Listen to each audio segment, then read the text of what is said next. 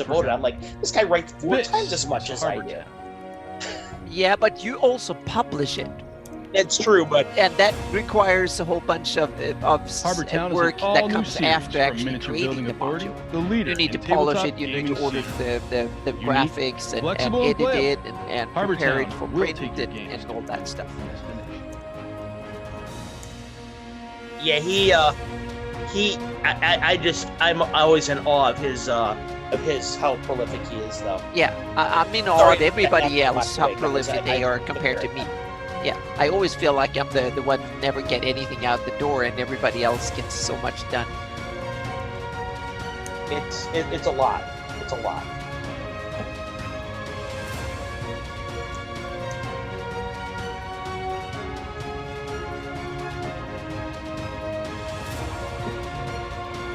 Yay! Cool. I just realized we have 9 minutes before we go live. I guess we can continue to talk about it. Yeah. I got some. I always start Preludes 10 minutes early, man. That way gives time people to come on. Yeah, it's very cool. Very cool. Throw some ads up for my sponsors and. Sure. They're. I never realized until today how much stuff I do with Hardby. Actually, now that I'm looking at your ad, really? I do a lot with that city. I love Hardby. I use Hardby way more than I use Free City of Greyhawk. Mm-hmm. I think it's compelling because not as much official material has been done with it. Yeah, it's either Earth Journal or Living Greyhawk had the maps. Yeah. It really wasn't much. Some in Slavers, but not much. No, not much at all. It's tied to Slavers is why I do so much with it. I mean, but it's always a bit sensitive to touch core areas with a lot of old content in it. I always it's trepidation because it's like sacred documents. Don't mess with it. I kind of think we'll end up talking about that in the context of how I end up coming up with my material, because I agree with you, and there's something about that I wanted to mention, so I won't go too deep into that. Yeah, but it's like me doing Greyhawk project. I always wanted to map Greyhawk, the city of Greyhawk, of course, but right now I'm starting to feel like I'm starting to have enough on my feet that I can actually start contemplating doing it.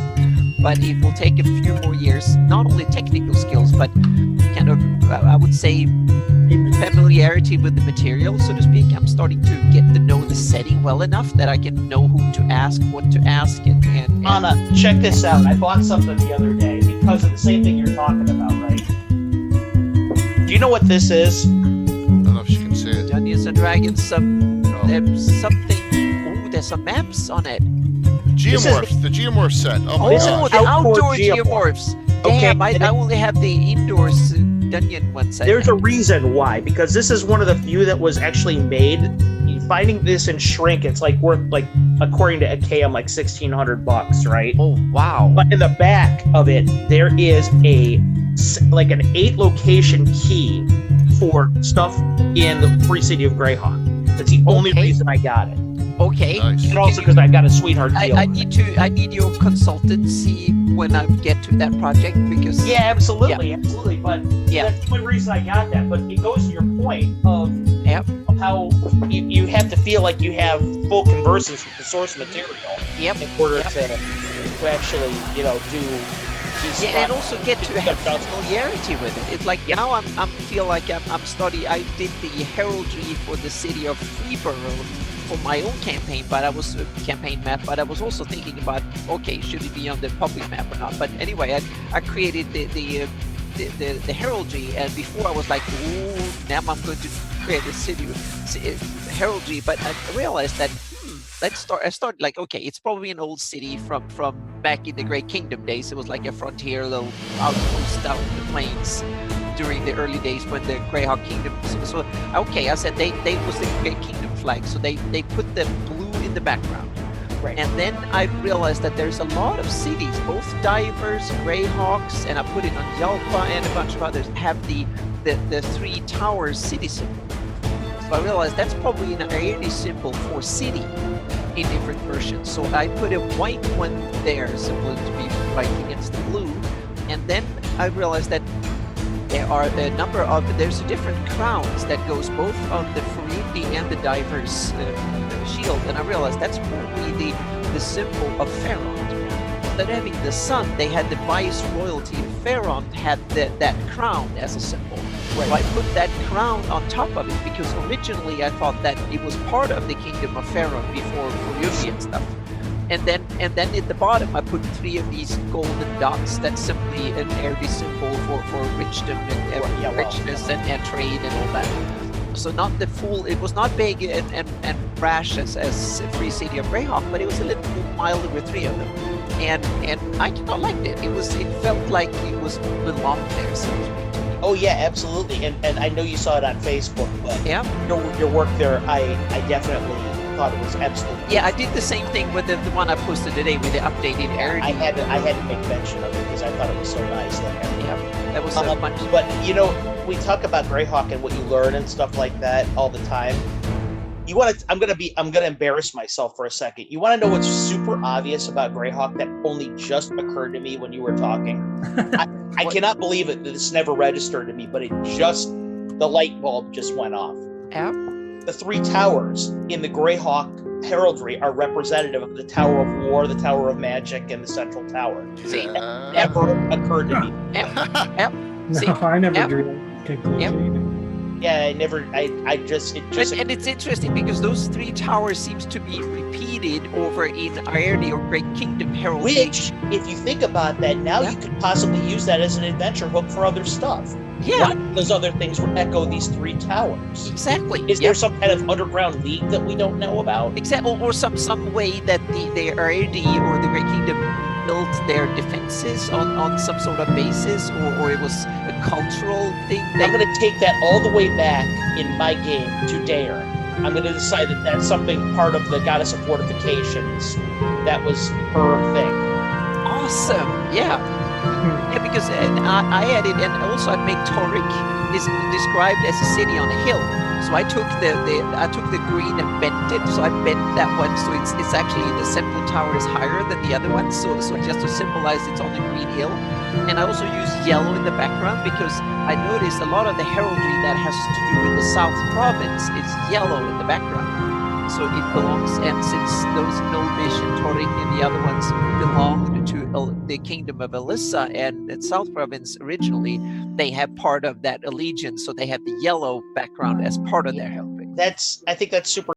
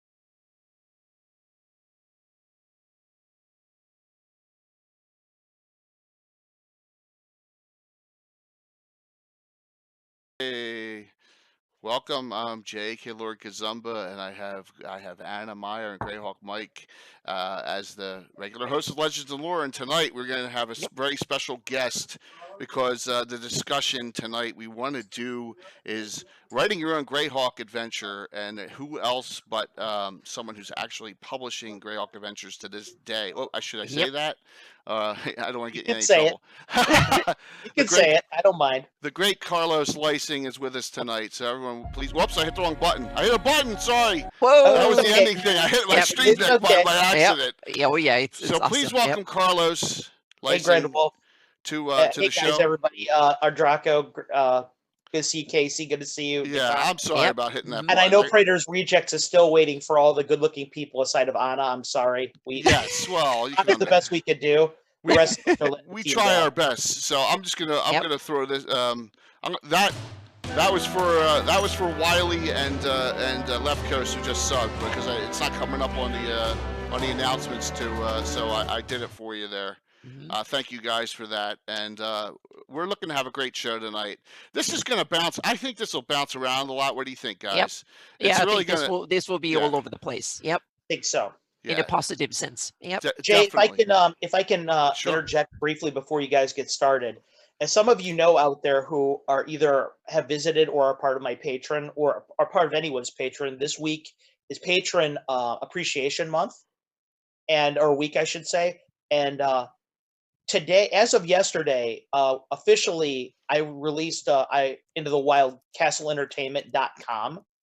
Where you can buy all of our goods and stuff like that if you want to. And I would like to tell everybody that I wanted for Legends and Lore just to celebrate Mike, Anna, and Jay, and thank them for having me on the show. We're doing a special coupon for everybody, 10% off if you use the coupon code LEGENDS, capital L on Legends. Awesome, thank you. Anybody that wants to jump on there and buy some Castle Entertainment stuff, be my guest, and just make sure you put in that Legends code, and you'll get your 10% off. Hey, Will, you got on before your show, so I appreciate that, man. So, guys, that's a great thing from Carlos, and we're going to discuss a lot of things you're going to be able to get there. Hopefully tonight, you get a little bit better feel for what we're trying to do in this show, and that is. There's a lot of people who don't have a comfort level with writing Greyhawk right now because it's not open on the DMs thing. And I'm sorry, I'm going to be blunt. Carlos, you agree with me? I don't give a shit. I don't. You can create awesome Greyhawk content without the DM's Guild. It would be cool if you could put it on DM's Guild too. So I'm not against that by any means. It would be awesome, but it's not Gary necessary. Foley, and thanks for showing up. I appreciate it. Yes, awesome. We got Gary, and yes, we got the whole crew. We got some Casey and Gary, and we got a whole bunch of people on tonight. It's fantastic.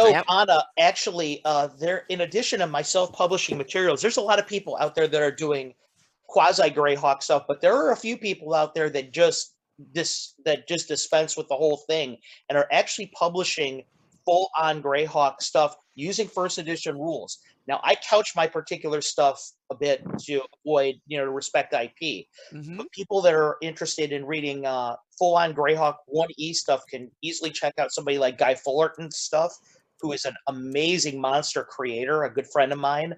A good friend, Alan Groes, and he does some amazing stuff that is completely unsanitized.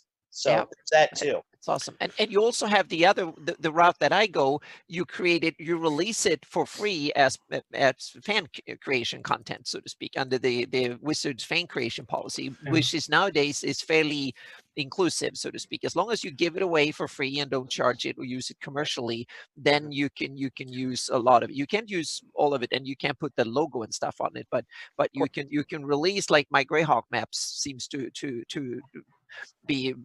work comfortably within that, because I put the stuff on that, so to speak. And you can also use monetization like donations and stuff like Patreon on it, but you have to release it to everybody and minority. So there are two versions. You can kind of use file off some of the serial numbers and respect IP and then publish it like you do, or you can create fan creation content, or you can just use it in your own home games, so to speak. You don't have to have higher ambitions. Over there is true too, about how he his, in particular, Casey is or Draco over there on our side has published as well several amazing pieces. His Bandit Kingdoms guide is you can't miss it if you're interested in that part of the world of Greyhawk.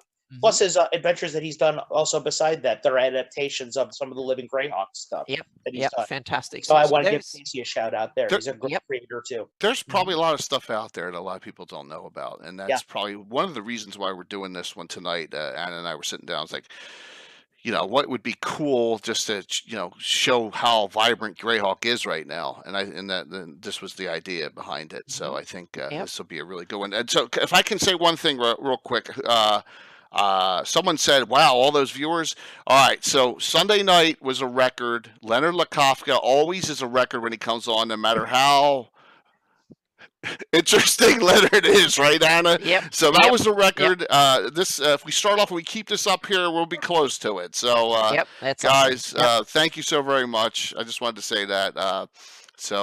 And you mentioned Len now, so I mentioned Leonard already. You've done it. We have to do it on every show. So if you did I'm super gratified that you guys thought to come here and watch the show tonight. Yes. Leonard was on last Sunday on my Gavin at Lord Pete Saban show. It's the second time. If you go back on YouTube on Gavin number 55, he was on the first time, and it was myself and Anna and Brian Blumklotz that talked to him. And this time we did the same, and he did his town planning in Rotic and in Westernford, and showed what he's all about and how his thought process goes. It was pretty cool. We had him for about an hour and a half, and once Leonard gets on, you got to start, because he doesn't understand the difference between Zoom and Twitch. So it was pretty interesting. Yes, absolutely. So, Mike, you ever think of writing? I know you've done a ton of stuff for all, but have you ever thinking of beyond, like taking some adventures and publishing them, or I know you do a lot on your blog. Would you ever think of going one step beyond that? No, I've never really gone farther than Orth Journal for publishing. Just not really into the whole process. I like just to get my stuff out there, kind of shotgun style. Okay. So I'm not really a polished person. Same way with my art. I used to just throw it out there. Could have done better art, I guess. Was it more just because of? I'm curious as to. I'll tell you why why I've never done it. We'll go around, because Carlos is the only one here that really has on modules. Right. So is it just because you didn't know where to start, or? I used to try writing adventures when I was much younger. Write out by hand, and I think I was just using published modules as a format and just kind of going by that. Right. But then as I got older, I think it was more like I was better at running from my notes than actually writing out things. Bingo. That's a big one. That is a real big one. And Carlos and I had this discussion about Horror in the Holes, right? Exactly. That's a huge one, is that you have a style as a DM, and it's in like your own foreign language, right? Stats and the plot. And notes don't translate. Yeah, it doesn't. You're absolutely correct. That's a huge one. To get it into a published format that people can understand is not easy. But I do have an adventure, I guess, if I can mention, I called it Smythe Keep, and it's a keep on the cliffs of the Aberrals, very close to Hardby. I'm taking notes here, so you know that. Okay, Anna. Yep. And it's a horror story, so it's got all your typical horror monsters in it. And I wrote that thing out by hand. It was probably like 70 pages handwritten. Cool. And I'm sure I still have it, but have I ever typed it out? Have I ever cleaned it up? I doubt it. I wrote this thing like maybe in junior high. But yeah, I don't know why I don't do it. I think it's just I'm much more self-editing. I think I would be too much of a perfectionist. Maybe that's what you want. Yeah, I mean, it's a fear factor too, like anything else. I think, also, I don't. Carlos is probably better at rules writing, like integrating the rules and the writing. I just want to do the fluff. Right. I don't want to crunch. The fluff's the best part, but you'd be surprised actually the crunch is the easiest. is actually, something you mentioned that I think is really important is the idea of, well, first of all, I want to go back to something Gary said on the side is he's absolutely right. You have to wear a lot of different hats to get into the publishing business. You end up having to have a lot of different skill sets, some of which are better than others. But what I was going to bring back to you is the whole fear factor. I was a creative writing major in college, and for the longest time, I was a lot like you in that I wouldn't publish anything or write anything hard and fast because I would pore over these sentences over and over again. And then I think it was I watched an interview with Stanley Kubrick, and he was talking about his process where he grits his teeth and says, I'm going to have this scene in here and I'll fix it in post-production. Because I won't get the film done if I get hung up on this too much. So that's sort of what I do. I get to a part I don't like, I grit my teeth, I say, I'll fix it in editing, and I just write on past it. And you'd be amazed at how much more productive I am because of that. It's you gotta have a routine, I think, which I don't have at all. I mean, maybe for doing this stuff, but just for publishing. We showed this the other night. My papers. Like, here's for my Harvey adventure tomorrow night. Look at this. This is 40 years of stuff, and this is all. You have more of a routine than most of DMs I've ever even encountered, because you log everything and you keep it in check and you come back again. I've worked up over the years to come to your level, and now I'm there. But I wish I had half of your routine 25, 30 years ago. I would have way more. Now I'm actually writing it down from memory so I can record it, so I can kind of put it in there. And the sheer gravity of his setting and how much history and everything in there. I don't know if anyone follows Collector's Trove on eBay, but right now there's so much great stuff right now that Paul Storberg is putting up old TSR stuff for anyone who wants to check it out. But one of the things is he's got a DM's entire campaign notes from 1974 to 79. It's one early DM. This guy is unknown. Nobody knows who this guy is. But I'm here to tell you, looking at that stuff I was just blown away at how cool all this old school stuff was written on little 5x7s and things were. It was index cards. Now imagine if that guy had been doing it for 40 years like Jay has. I mean, that one day, Jay, when Paul Stormberg is selling your stuff, it's going to be. Well, Anna's going to get to see it in 2 weeks. We'll talk about that at the end of the show. So, absolutely. Yep. So, I wanted to, Carlos, start with your history as DMing, and then how it got from you being one of the most in-demand people at conventions to, I'm going to turn this into my own publishing company, and just go through some of the pitfalls and some of the things that you had to go through. And if sure. Chat for a while, it's good.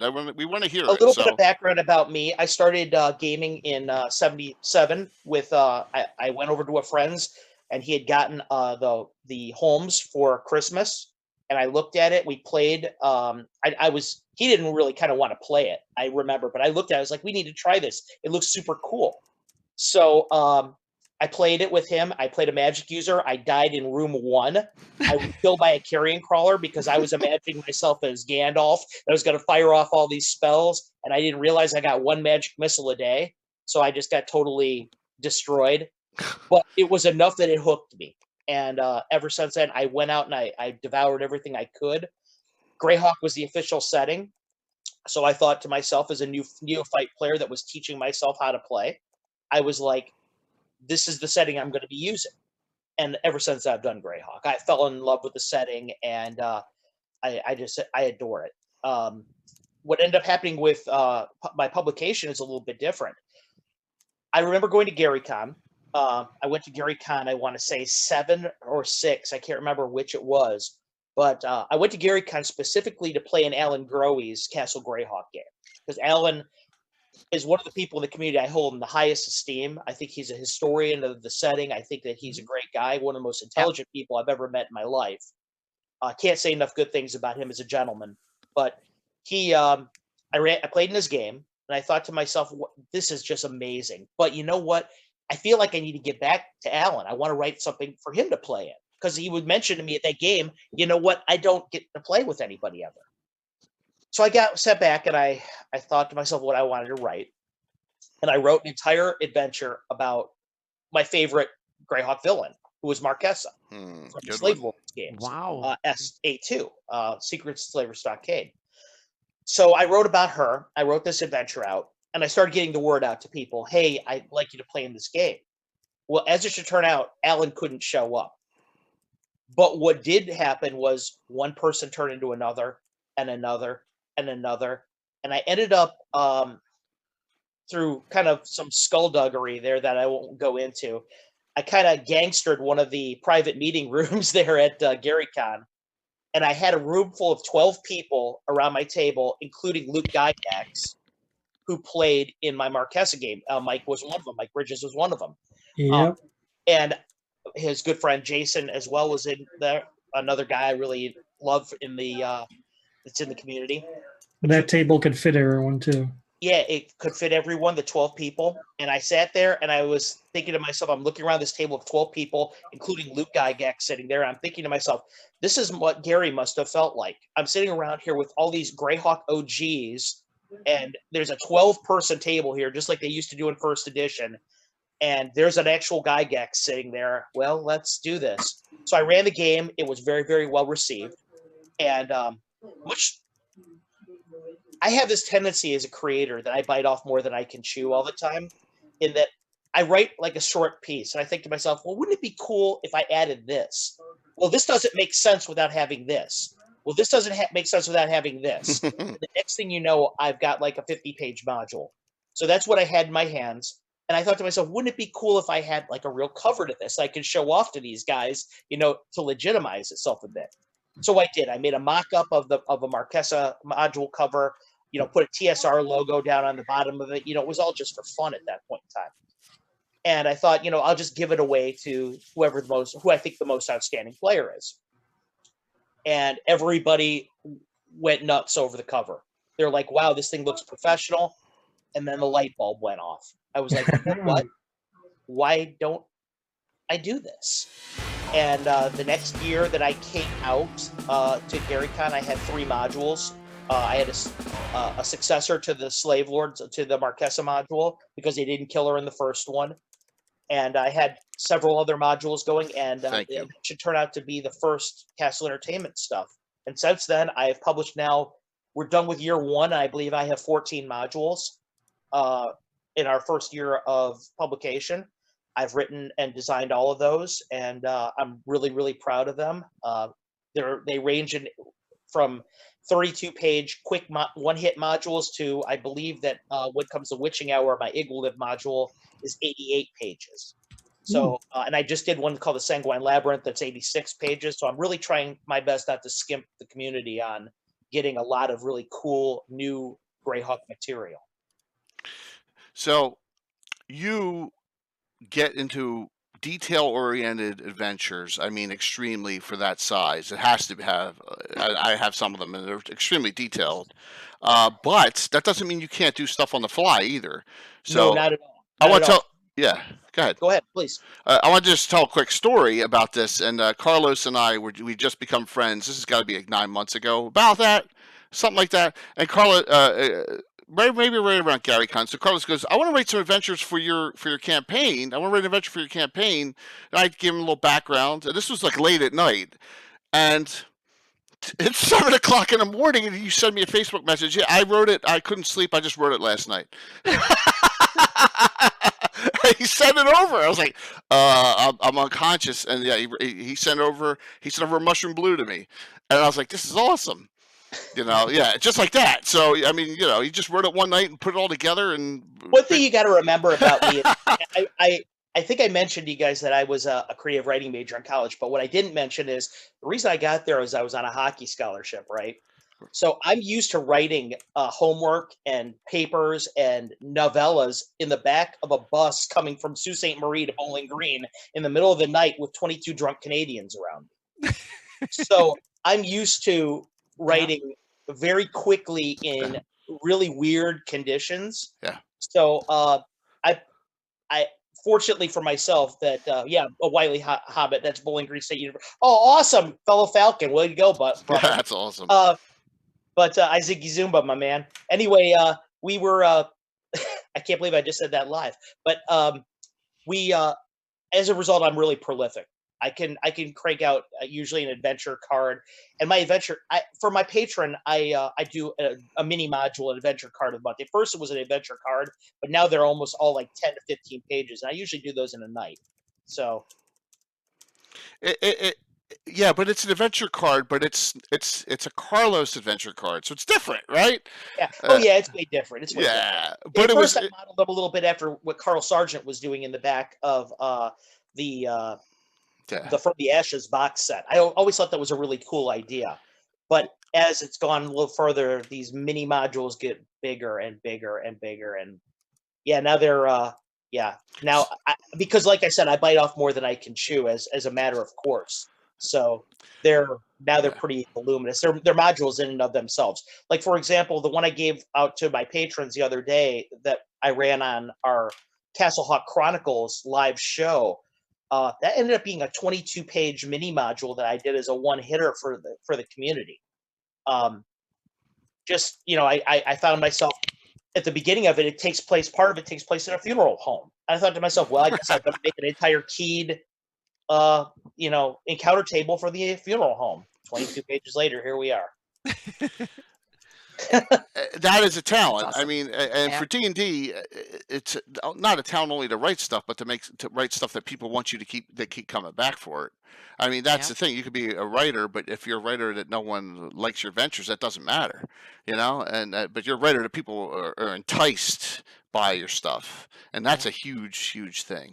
I mean, my guys were waiting. I held off that third module for months because it didn't fit into what we were doing level wise. And then they're like, "When are we gonna do this? When are we gonna do this?" So yeah. So go ahead. It's when you do stuff like that is important, and making sure that as a publisher that you have a large spread of levels that you appeal to is really important. Like for example, I did a little bit of a self-analysis the other day and realized that too many of my modules are for mid-level. I need to do a lot more introductory and low-level modules. So that's what I'm doing right now. That's cool. Yeah, there's nothing wrong with that. You'd be surprised, Gaetano. I do have a manuscript up on my laptop as we speak. That's so cool.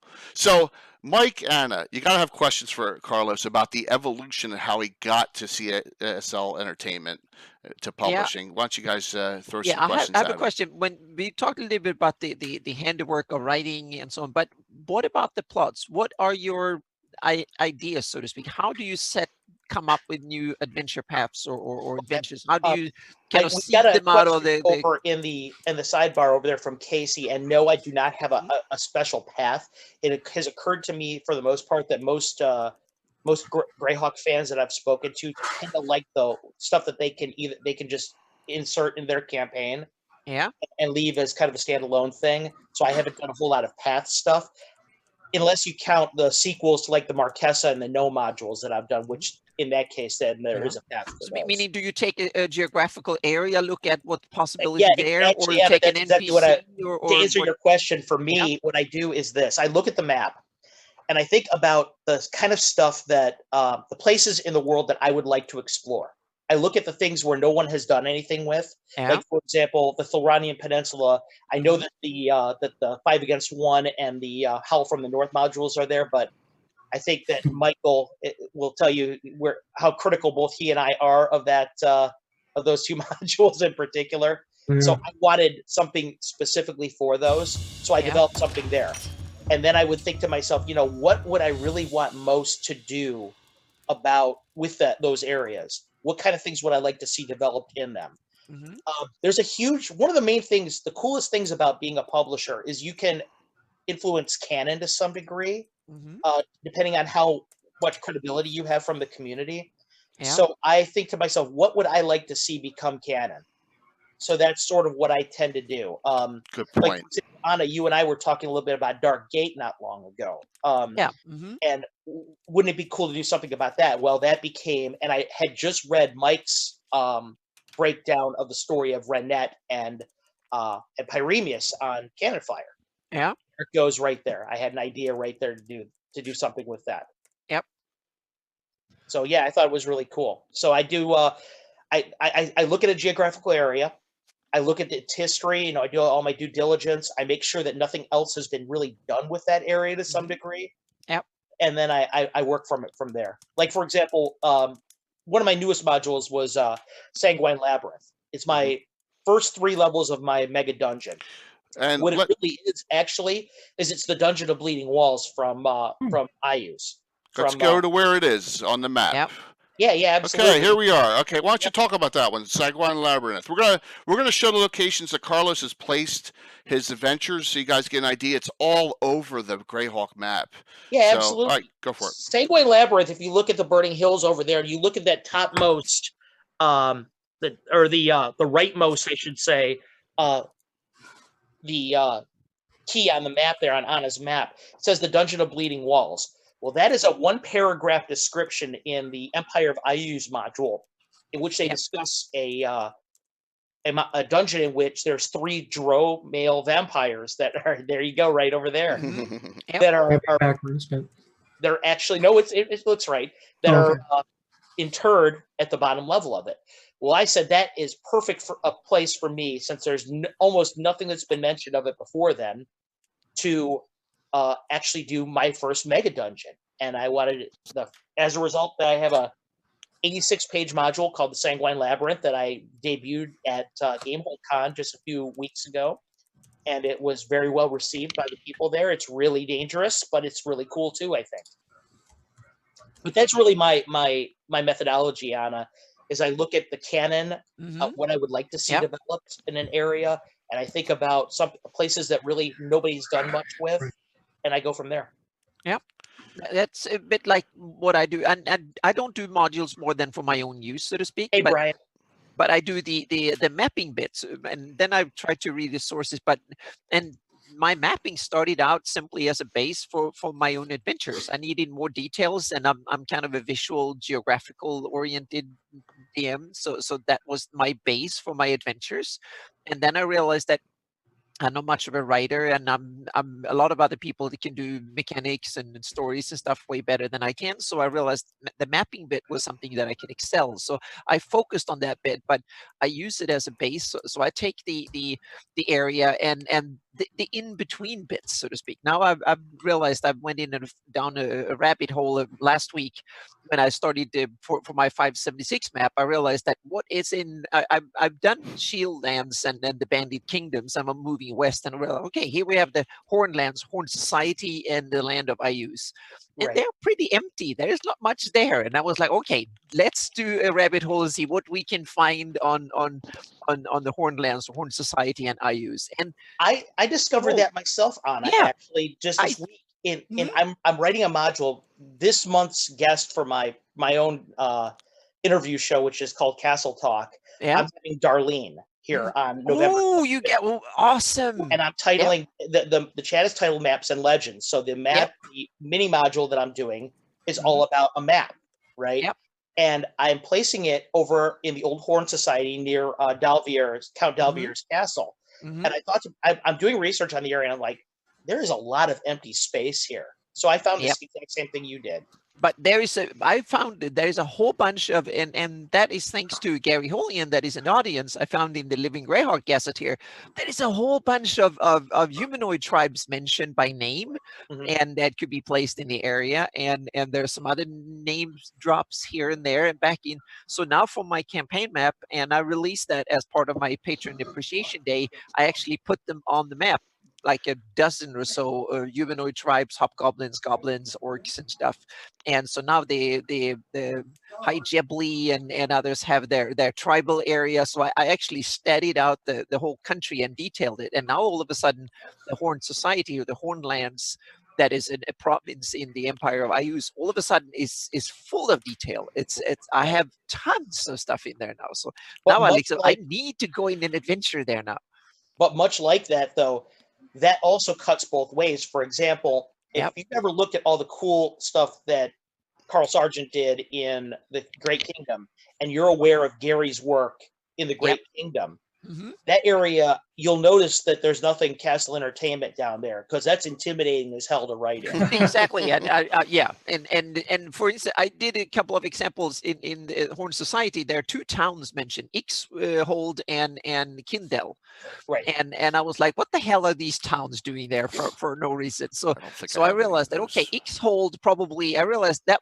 So I made up a backstory, and I simply said, okay, what about the Great Kingdom reached roughly to where Molag is, and then the Shield Lands, and they built that Northern Airdy Road, and north of that was kind of wilderness. That was outside of the Great Kingdom.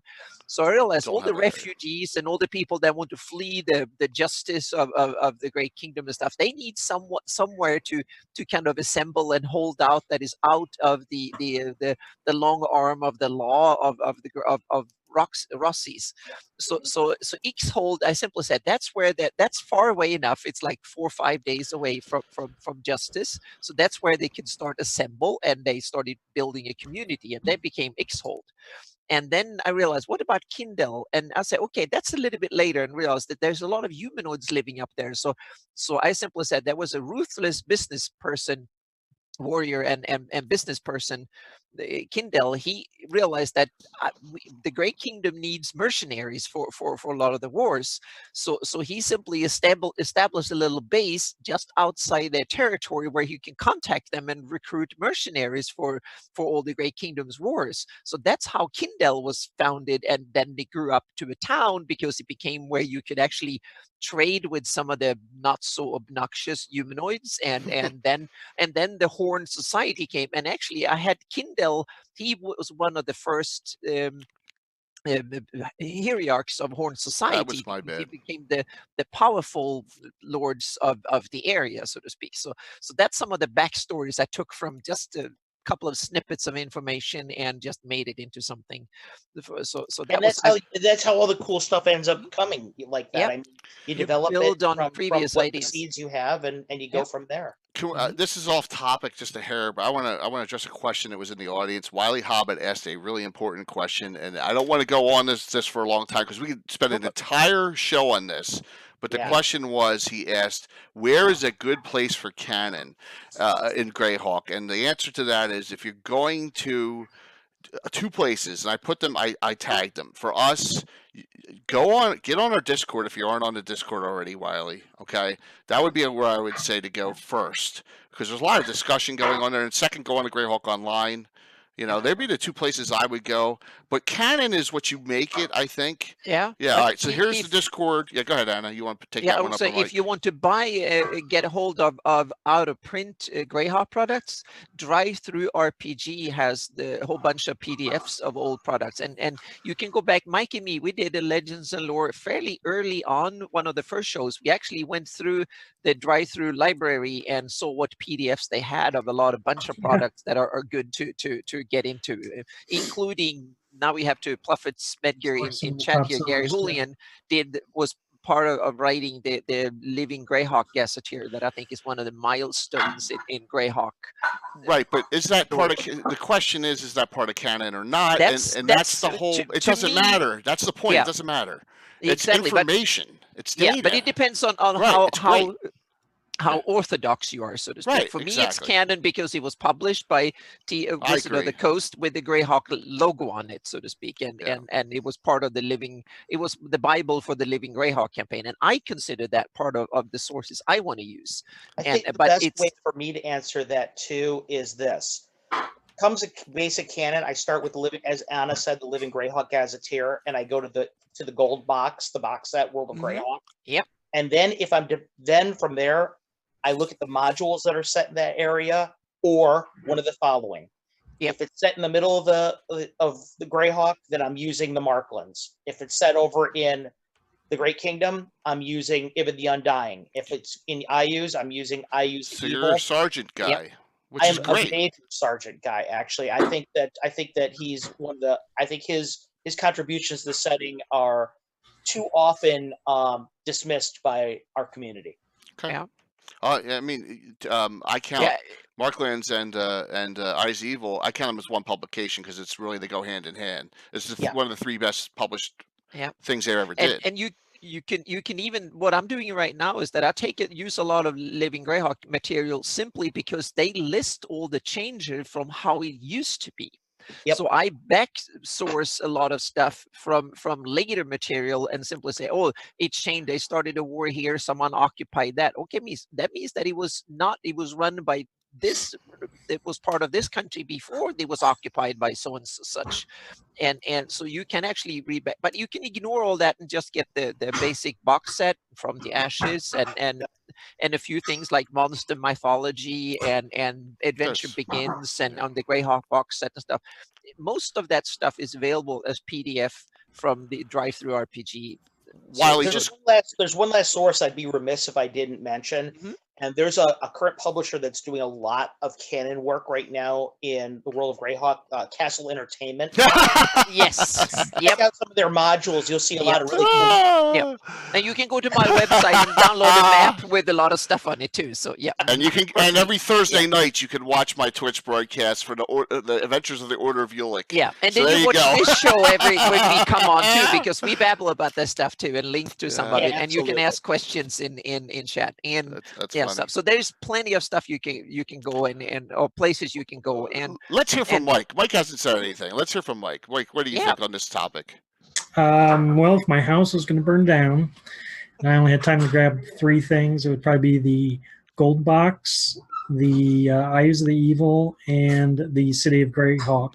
And that's 2 of my 3, and mine's a Slaver's the 3rd one. Yeah, that's great. I have to agree. I would grab my printed copy of Evil the Undying. I would get I use the Evil and the Marklands too. Then I'll be good, so to speak. And the Living Greyhawk Gazetteer. If I have those, then I basically have the most of the set. I do like the Living Greyhawk Gazetteer, but I think I can live without it if I have my gold box. Okay, yeah. Well, I can't, but that's part of right now. When I do so much research online, I would grab my laptop because it's got all my digital. It's got the entire Greyhawk catalog on it. It's also got the Castle Entertainment stuff on it. Yeah. So I would grab that. I would grab my wife, and I would grab my original Jeff Easley. Yeah, and I have all that, all the PDFs and all the things that I digitized. I have it in Dropbox and Evernote, so I'm doubly secure. So I can run out. We're going to revise our answers. Yep. If the house is burning down, there's only one book I'm grabbing, and that's my AD&D Dungeon Master's Guide. Absolutely. That's the only one. You can bury me with that book. The rest of it. Yep. So, Mike. What's up? When I ask Carlos a question about development, how we still need to get back to that topic. What do you think? On developing? Yeah, like you have a question for Carlos on how he did. Well, I'm a little lost on where we were at, but I can ask. He was talking about doing mid-level adventures, and then he said something about a need to do introductory adventures. Have you done any high-level stuff? Yeah, actually, I have. And first of all, everybody out there, Mike has played in several of my GaryCon adventures. And is there a call for it? I want you to know that he's an expert player and a great DM as well. So just so everybody knows that out there. You guys see him on this show, but you probably don't. If you haven't run into him at a show, you guys should know that. But anyway, so I got to give you your props. As far as my own stuff, my highest level thing I've done right now is what's called When Comes the Witching Hour. It is a module that involves Igwaliv, actually. Let's go there. Or at least her history. It's a 10 to 14 level module, I believe. It is exceedingly deadly. It's my love letter to Lost Caverns of Sokath, but it also includes a really interesting hook that no one's ever followed up on this, to my knowledge, that is in City of Greyhawk. Which involves Ariana Silverfox, the youngest scion of the Silverfox family, if anyone happens to remember that piece of that character from that rings a bell here. Yeah. In any case, there it is very high level, and yes, it's become one of our more popular adventures as far as purchases go. I can't tell you if that's because it's Igwaliv, because people love Igwaliv, I've noticed. I can't tell you if it's because people love high-level adventures, or if it's because it's the biggest thing that I have out there, which is 88 pages, and for $20, it's a pretty good deal. I can't tell you which it is. And the cover art, I think, is one of our best. That it was done by a Castle Entertainment bullpen artist, Daniel Govard. I think it looks great. So let me see if I can swing right to that one. Sure. If not, I've got the raw right next to me. The original looks a lot like this. Okay. Doesn't really show up under plastic. But what's the number of it? C what? Or is it C11? D11? Okay. In any case, this is When Comes a Witching Hour, Casey. Indigo, yeah, Anna does those maps, and those things are absolutely gorgeous. But going back to the adventure, Michael, and the level of it, there seems to be a call for high level modules. I don't know, but I can't really tell you what is driving that module yet. I haven't gotten enough feedback from the audience. It's only relatively new. It might be my own personal preference, since I'm a little more steeped in like the lore and the community, but I like running low level stuff, but I like reading about high level stuff. I do. I'm kind of the same way, Mike, actually, in that I like running the low level stuff because it's a lot more manageable as a DM. Yeah. You don't have all these crazy options available to players, but yet at the same time reading these high level things and getting because the high level things have a tendency to frame the macro sense of the setting. The movers and shakers that influence the whole firmament of Greyhawk and of Earth. So I think that's why I like reading it too. But you're right. Carlos, one more time. D what and from whence comes the witching hour's name of the adventure? When Comes the Witching Hour is C11. C11. Oh, I went right by. I thought it was kind D. of a purplish cover. Okay. And it's got Iggwolf on the cover over a cauldron. Okay. The whole plot of it deals with in the City of Greyhawk module, there's a mention that the youngest child of the Silver Fox family, who was influential in establishing the City of Greyhawk because they were a mercantile and shipping company. They're very, very wealthy. But they have a history of all of their children have to go off an adventure to prove themselves worthy of the name. Here it comes. So she supposedly went missing in Castle Greyhawk. There it is. Well, her mother has been searching for her all this time. And the adventure hook basically is, I've been searching for her for 30 years now. She's old, she's dying, and divinations just found out that she's in northern Perrinland of all places, and nobody can figure out why. And that is pretty much the adventure hook.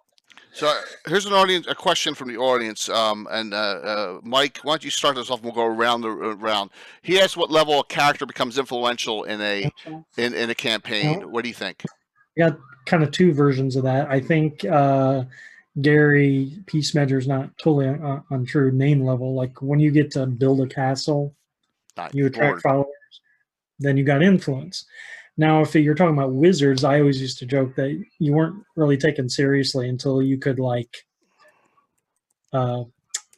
teleport anywhere you wanted, or you could use the wish spell. As soon as you get to that point where you're just like altering reality, then the wizards can really be influential. Yeah, so that's 18th level. Yeah, well, for the wish, yeah. Carlos, what do you think?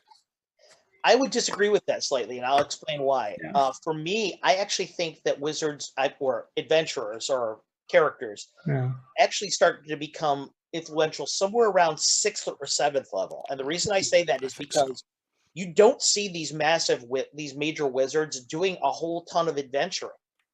These are the guys that are actually driving forces in the campaign. These 5th to 7th level characters that are running around out there fighting slave lords and investigating the secret of Bone Hill and all these other modules out there.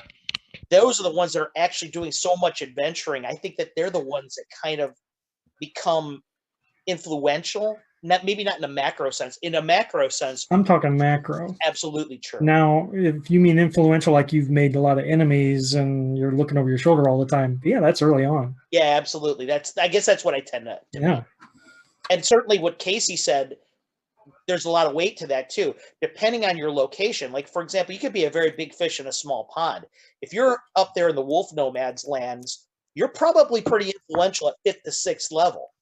You're probably a tribal leader at that point in time, or a warband leader, and you're making waves. But if you're in the city of Greyhawk, everybody's at your 12th level. Whatever. It might not be such a big deal. Right. That makes sense. It's a good question, Anna. What do you think?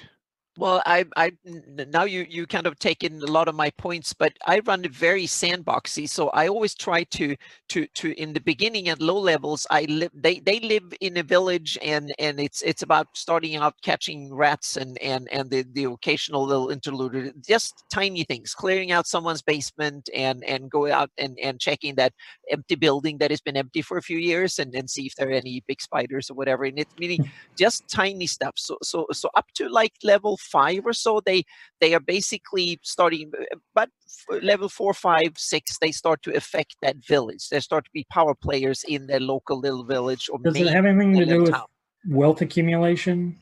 Yeah, it's about finding alliances and enemies and getting the powers to be actually influence people. Meaning, but they can go around intimidate the ones close by, and the barbarian gets so, or the fighter gets so damn beefy that he simply kills the village elder if need be. Then they don't have to follow the law; they can become the law if they want to. But then, as soon as they do that and start taking control, then all of a sudden it's the larger area, the barony, or the biggest city that this area belongs to and stuff. Then they start making friends and enemies higher up. So in order to be part of their greater stuff, maybe when you're level 10 or so, then if you go on a murdering hobo spree, then the count or the duke and maybe even a king somewhere might notice you and say that, oh, these damn murder hobos need to be stopped.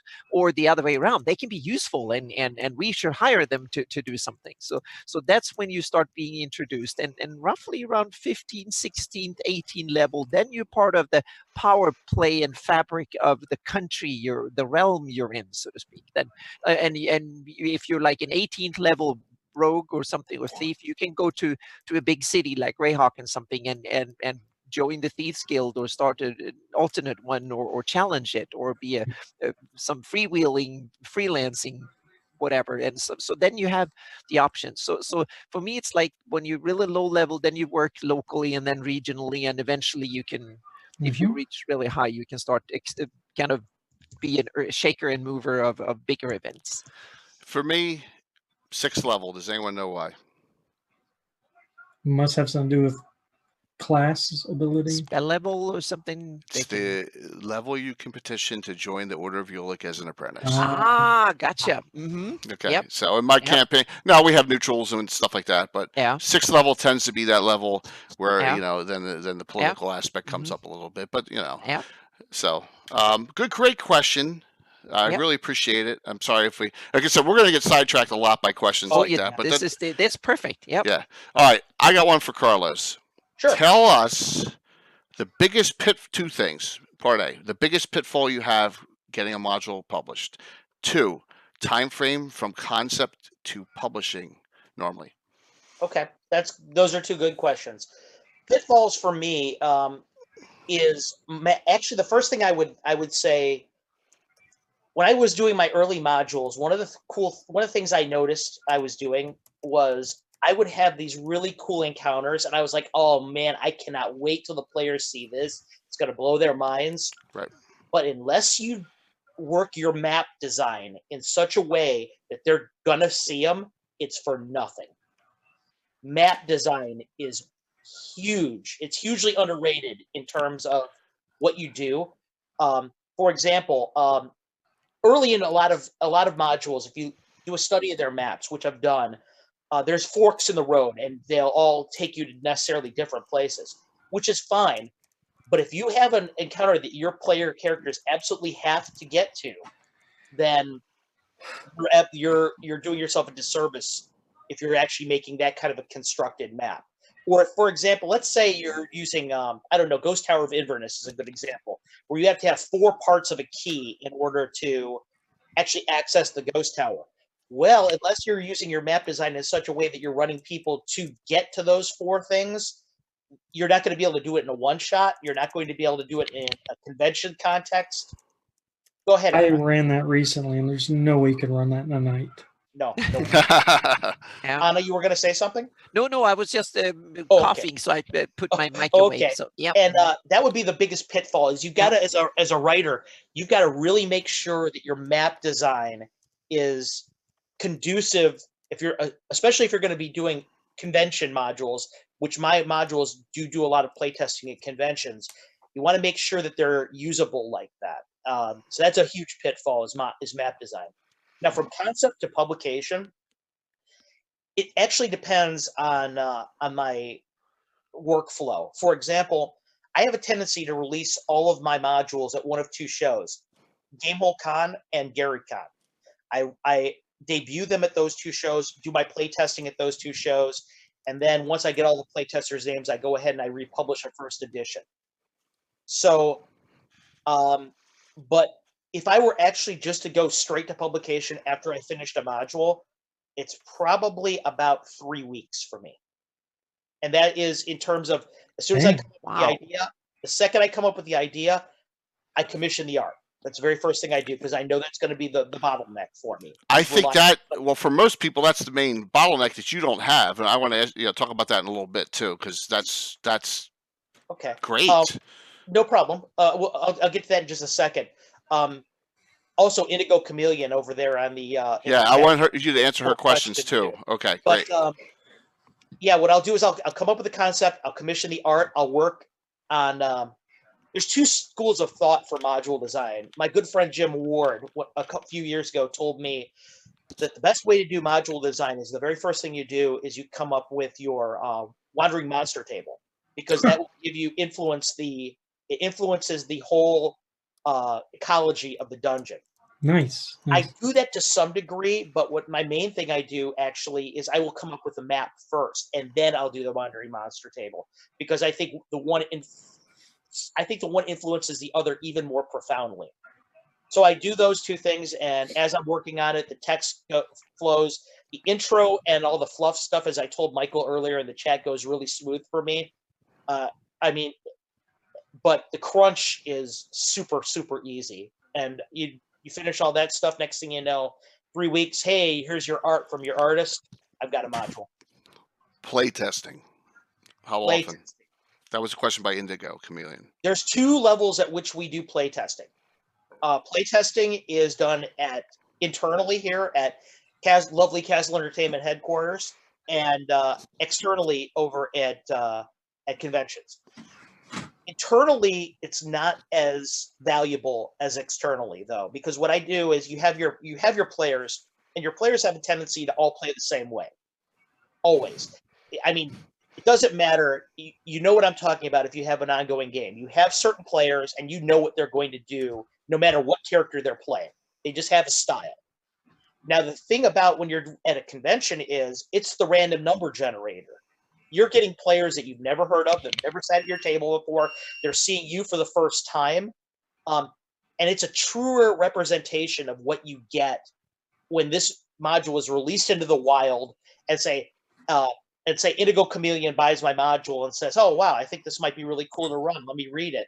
I wonder if it'll be cool for my players. She opens it up, looks at it, and it's like, this kind of, I don't know if this will work. Well, I noticed that the convention environment reveals the flaws way more than the internal environment does. Yeah.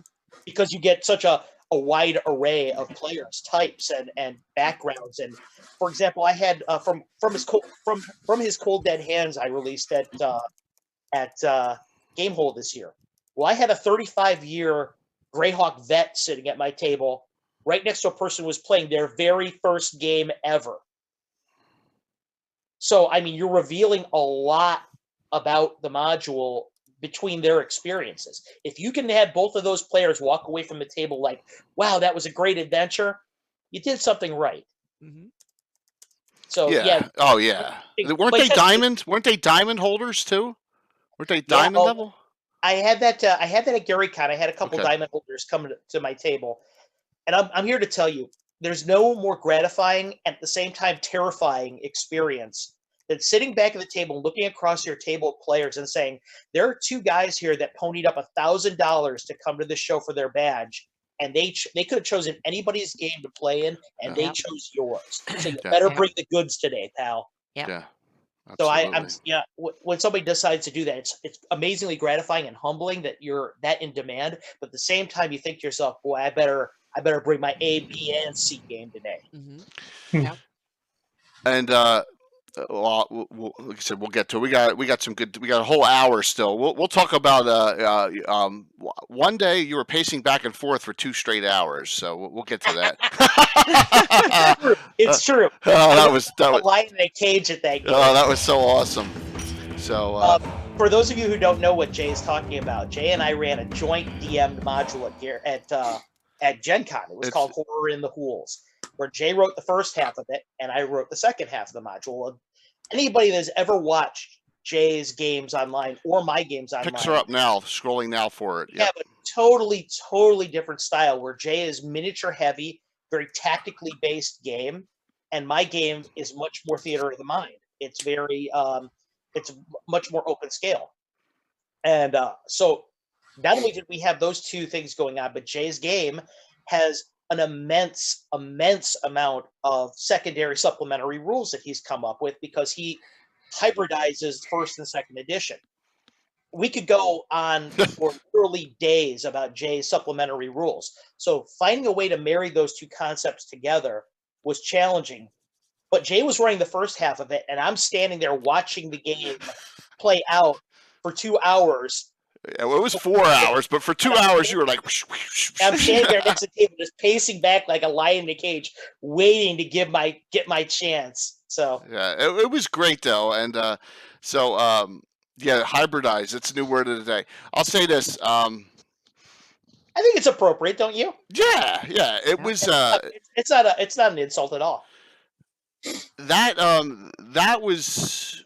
I have never been published in an adventure ever in 40 years, and so that was just a great opportunity for me to have you mentor me through that this process going on. I look at you in this picture here with the fist down, and I mean you get so animated during the game, which makes it so much fun for the players too. Yeah. And our styles are I'm a little more detailed, numbers oriented. You're a little more emotional oriented, so it really worked well. But and I'm gonna run my DMing to try and inject a lot of energy and a lot of emotion into it, and to really convey the adventure environment by creating tension through my energy with the players. I try and bring them to make them feel the whole pressure of what's going on around them. I want them to be able to envision the arrows whipping around them and the scent of the monster and the dungeons. The whole kind of environment that's around them. I think that's one of the coolest things about our game is that, this is your chance to exercise your imagination. And I really like that part of it. And I try my best to convey that. And I do that a lot through description, but I really try and do that through my presence at the table, my, conveying emotion. So, I wanted to talk about that later, but we talk about that now that, we each have it's funny because as a DM, you see what I am lacking. And then I am an outdoor terrain guy and you're not. Yes. You're a dungeon guy. And, so, I mean, that was one of the things, but I was like, man, you entertain, those guys were like, on your face the whole time. They were looking at that picture. They're right on you, looking at you the whole time. Yeah, they were a great table too, man. I mean, you get tables when you're at conventions that, and I kind of was talking a little bit about that when I was responding to Indigo Chameleon's comment. You get these tables at conventions and you never know what you're going to get. Even if you look at the game beforehand, and you see familiar faces, there's always a few people there and they bring a different energy to the table. And they're going to all have different styles. It's crazy. So you don't necessarily know what you're going to get every time. It's part of the fun, but it's part of the stress. Is my style going to work well with what these guys do? Yeah. Then you have to read the table a little bit and adjust. But it shows that, and everyone... How do I say this?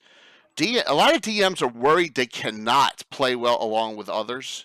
Yeah. Like the first time I ever did a convention, I was worried that our style is just going to be just for my group, and everyone's going to be like, "I don't like this shit." You know what I mean? That's what I was worried about. Mike, do you get the same feeling sometimes? You're like, put you in on that. Like, oh my God, the way we play, no one's gonna like it. You Yeah, know? but for me, it was the first time I actually, when I moved to California from Sweden, I kind of realized that now I want to get into gaming. So I basically took my stuff and went to the game store and say that I'm going to run a Greyhawk game. Is anyone interested? And people stared at me like, "What the hell are you talking about?"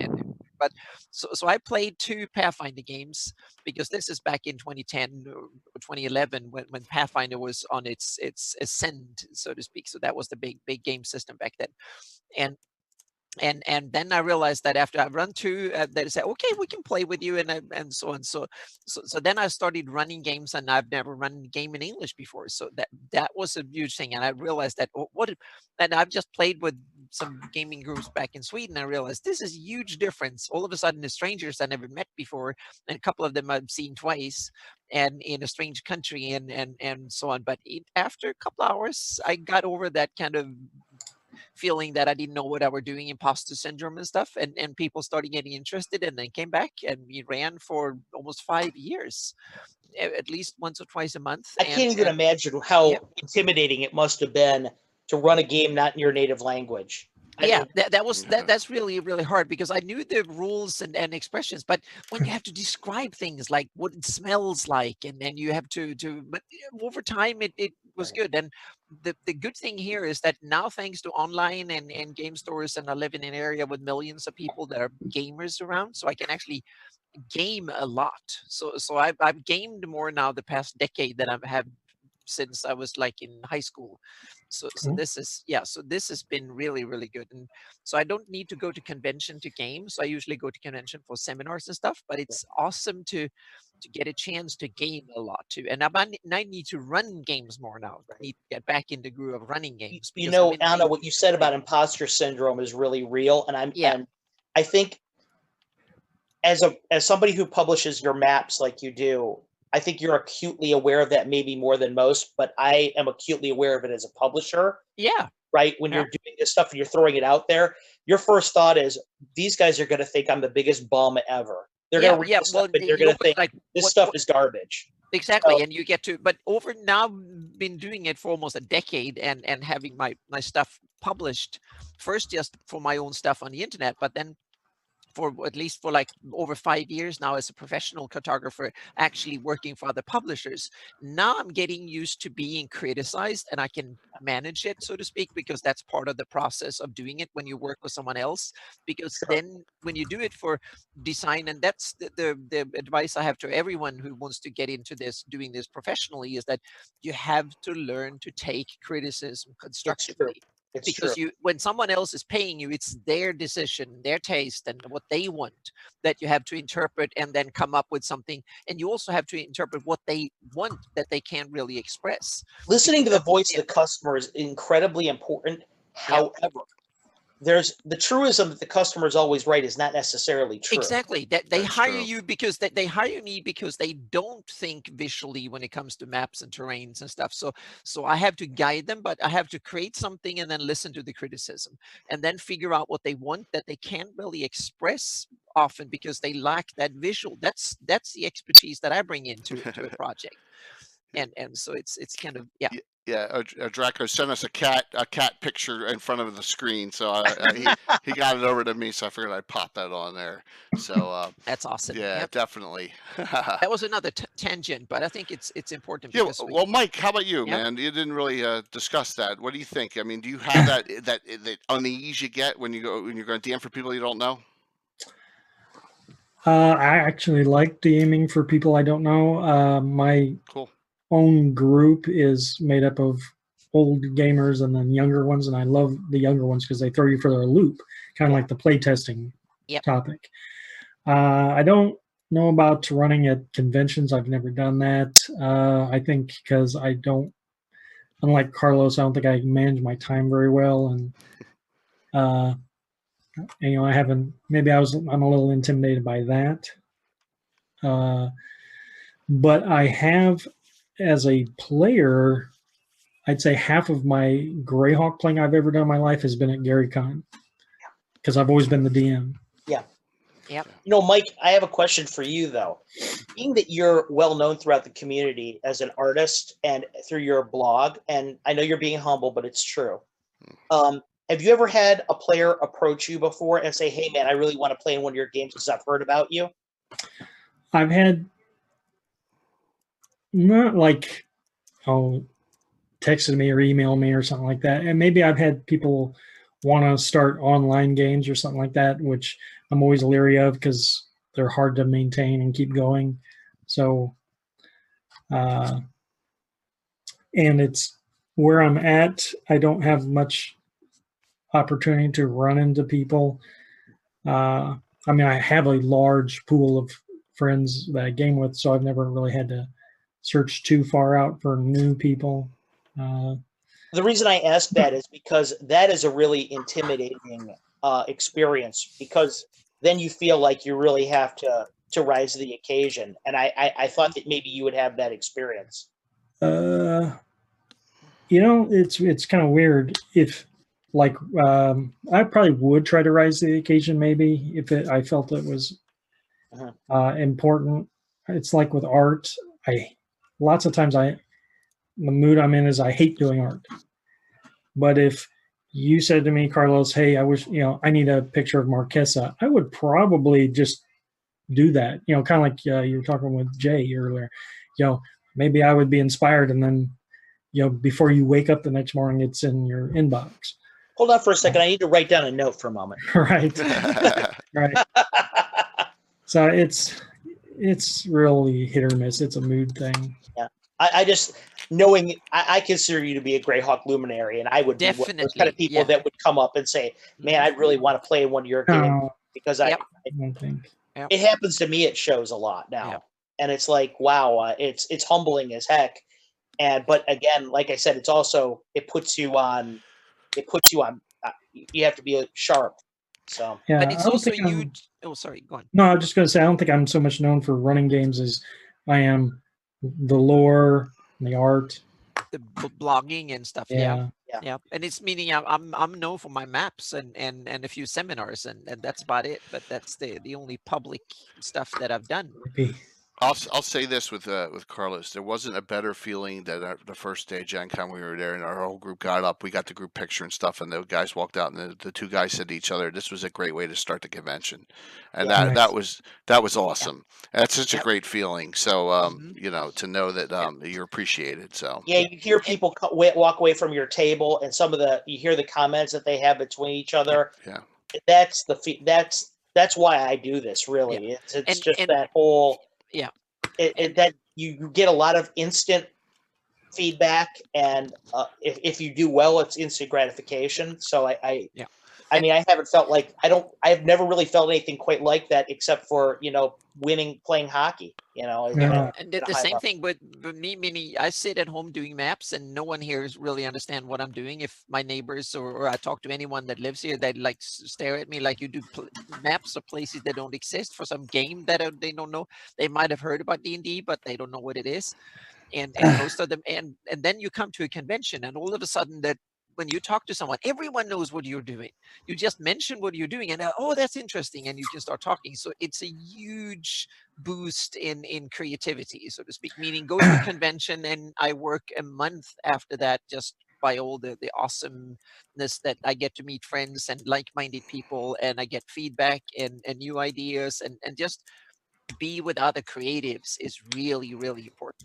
That's one bit of being successful at creating adventures, or in my case, create maps and kind of dive deep into the setting, whether it's Greyhawk or whether it's for something else, Midgard, or something for some other project. But the other part is, for me, it's to find the solitude. Go out in nature and go hiking a day and start thinking about it, listening to music and run and kind of be solitude.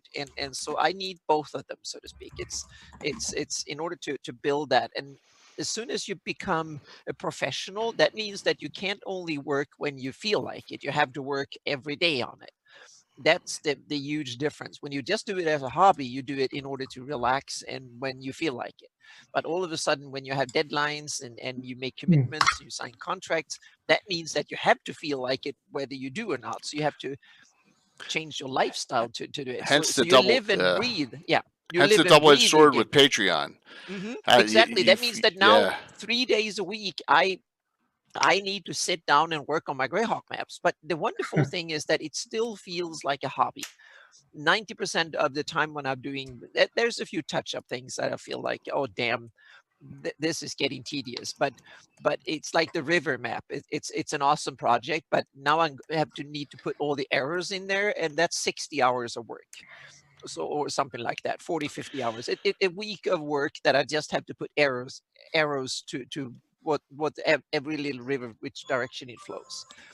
And I realized that I need to do that. So when I get back home from PAX, I will simply take 2-3 days and then take a day off for a couple of days, do something else, and then take another 2-3 days, watch Netflix or podcast and then or YouTube, and then sit and draw these damn arrows, because that is just something you have to get through. So, guys, real quick, everyone. So, Sharp Scoring is Bill the Master Crafter, and all the crafts on my table are his works that are not from my sponsors. So, just so you guys know, he's the guy who puts together all the great stuff on my table and paints all the miniatures. So, just want to give you a quick shout out to him, and his link is there. Yeah. So, I want to have another kind of a question a little bit. What kind of, do you have any cool Greyhawk plot ideas that you want to tell the world, so to speak? Or I know it's kind of tricky to, I have 3 or 4, but honestly, this is one of these I really don't know if I can really reveal. It's business secrets in a way. Why don't we? At this point, stuff I'm going to be revealing in the future. However, I will say this: one of the things that I'm interested in doing very quickly is that I mentioned that I was a little bit intimidated about writing for the Great Kingdom. That doesn't mean I'm not going to, because I have an idea about a festival that is held in Alyssa by some of the downtrodden folk over there, where they commemorate Osan's ride every year. And I have something that's going to happen in the middle of this festival, in which they have a rider and a bunch of people go running forth across the city on horses, or across the land on horses, and are being chased by, almost always by the local militia or whatever. And what happens when they disappear. Yeah. So I'm going to be doing something about that, which is going to tie into a lot of the local a lot of the Great Kingdom stuff. Why don't we still haven't discussed a lot of his modules? Why don't we go over some of them and some of the plots in the existing ones too? Yeah. So let's pick one from a Cold Dead Hands. We got to go. That one just sounds so pretty cool, right? Okay, from Cold Dead Hands is a module. This was actually inspired by Parallel Discovery in a way. I was writing out for my patrons in my Patreon. I'm gonna put the area up. Something about the city of Yotsplat in the Ice Barbarian lands. At the very same time, I looked up, and Anna was doing something about Anna and Mike were talking about Yotsplat on Legends and Lore. Yep. I was like, how in the hell does this happen? The most random city ever. Go ahead and do something cool with Yotsplat. Yep. It takes place in there. I have discussed that in the Icy Sea to the north, if you go up the Rusek River from Yotsplat up to the Icy Sea, that a lot of the Ice Barbarian Jarls have been buried in an unmarked glacier there. Super cool idea. Recently, what happens is that there has been a white dragon that has been coming to the south and rampaging across the land and been attacking the local villages, destroying them, freezing them to ice, whatever. And it's been mounted by this white rider that looks like an ancient jarl of the Ice Barbarians. So the young Jarlind of Yotsplat has charged some of the greatest heroes, who all have their various axes to grind, against this personage, to go up the river and to deal with go into this ancient burial crypt of the Ice Barbarian kings and deal with the threat that's up there. But the coolest thing for me writing that, Michael mentioned neat stuff about different hooks about how fluff writes easily. And for me, the coolest thing about that was writing about the culture of the Ice Barbarians up there, because we really don't know a ton of it. So to make the player characters eat more comfortable playing Ice Barbarian characters, I wrote what's called the 9 Laws, which is the code by which the Ice Barbarians tend to live culturally. I wrote about all their old kings, so you can open that up, and it's almost like a mini source book for the Ice Barbarians as well as being an adventure. Awesome. So yep. That was that one right over there. Mike or Anna, do you have any that you would like to discuss? Have Carlos discuss, or go ahead. Yep, I was going to say you did one that I was part of that with Charity, a cutest, wonderful little story about a lost puppy, and so meaning you don't have to go to for the end of the world or save everything and the most. Not at all. Not at all. What Anna's referring to is I did a module called Lost Dog. Yep. And anyone who knows me knows I'm a huge enthusiast of animals. Every April, Castle Entertainment will be doing a charity, an animal-related charity. So you guys know what you can look forward to this year in April. This year was a group called Red Rover. And what their mission is, among other things, is to reunite owners with lost pets. So I had this module in here, and I did a whole 3-day charity of it. Anna was a part of it. Michael was a part of it. Jay was a part of it. In which it's adventurers down on their luck walking through the slum quarter of the free city of Greyhawk, and they're approached by a young urchin girl who wants them to find her lost dog. And it gets them involved in all kinds of hijinks in the sewers of the free city of Greyhawk against a were-rat who is attempting to spread disease across the entirety of the city. Oh, and we got a good question over here from Gary. Gary, do you put Easter eggs in your modules that are subtle connected threads embedded in them? Yes, I do. I love doing that. As a matter of fact, you have to. I tie stuff into future modules, past modules, and stuff that's canon or small related pieces of canon that nobody talks about. Just small little things. Like, for example, I mentioned there's a particular hook that I use with one of the princess of good elemental creatures, which was released in Dragon Magazine. That's in Forgotten Library. It's a hook to something that they mentioned that was another plot line, so people can springboard back and forth between what I do and canon lore or stuff that's been hinted in canon lore. Yeah, and then you I absolutely do adore doing that. Yeah. Oh, come on! You always got to throw a little innuendo, a little joke in there that only certain people get. I mean, that's. What I love doing is if I love a piece of canon in Greyhawk, I'm gonna reference it. It may not be enough for me to write a full module about it. So that's a perfect kind of stuff I like to cross-reference. Yeah, but take your favorite NPC and Marquesa, and you tie into the slave lords and the Pomage, and that is a perfect example. You took a part of canon and then you spun and did like your own thing on the side and expanded in one direction or several directions from the main story, and I think that's an excellent way of making your own content and making the world richer, so to speak. I did do that, and what I also did with that in particular is there's a lot of little hooks in there. For example, you were in that route, or you didn't actually go through the first module, which is called Kill Marquesa. There's an area in there in which Marquesa is doing tests on different subjects. And one of them has been embedded with all across. Again, she does horrific stuff. So forgive trigger warning coming up here for a moment, but she's embedded throughout this person's entire body all these insectoid eggs that are, she's trying to see how they hatch and how they feed off this creature. Well, they're aspis eggs, which is a callback to A1. A1, yeah. And I'm trying to imply that that's how they got them, was through Marquesa's experiments to begin with. That's cool. That's cool. It's a good example of how you hook something, you tie it back. That's super cool. Yep. Mike, she does some horrible stuff in the process of my modules. Different things that are. I'm actually trying to get a visceral response out of players, just so that they have a very, very vested reason in going after her and destroying her. Yeah, and I think Gary hit it perfectly on the head. She is my Dr. Mengele for sure of Greyhawk.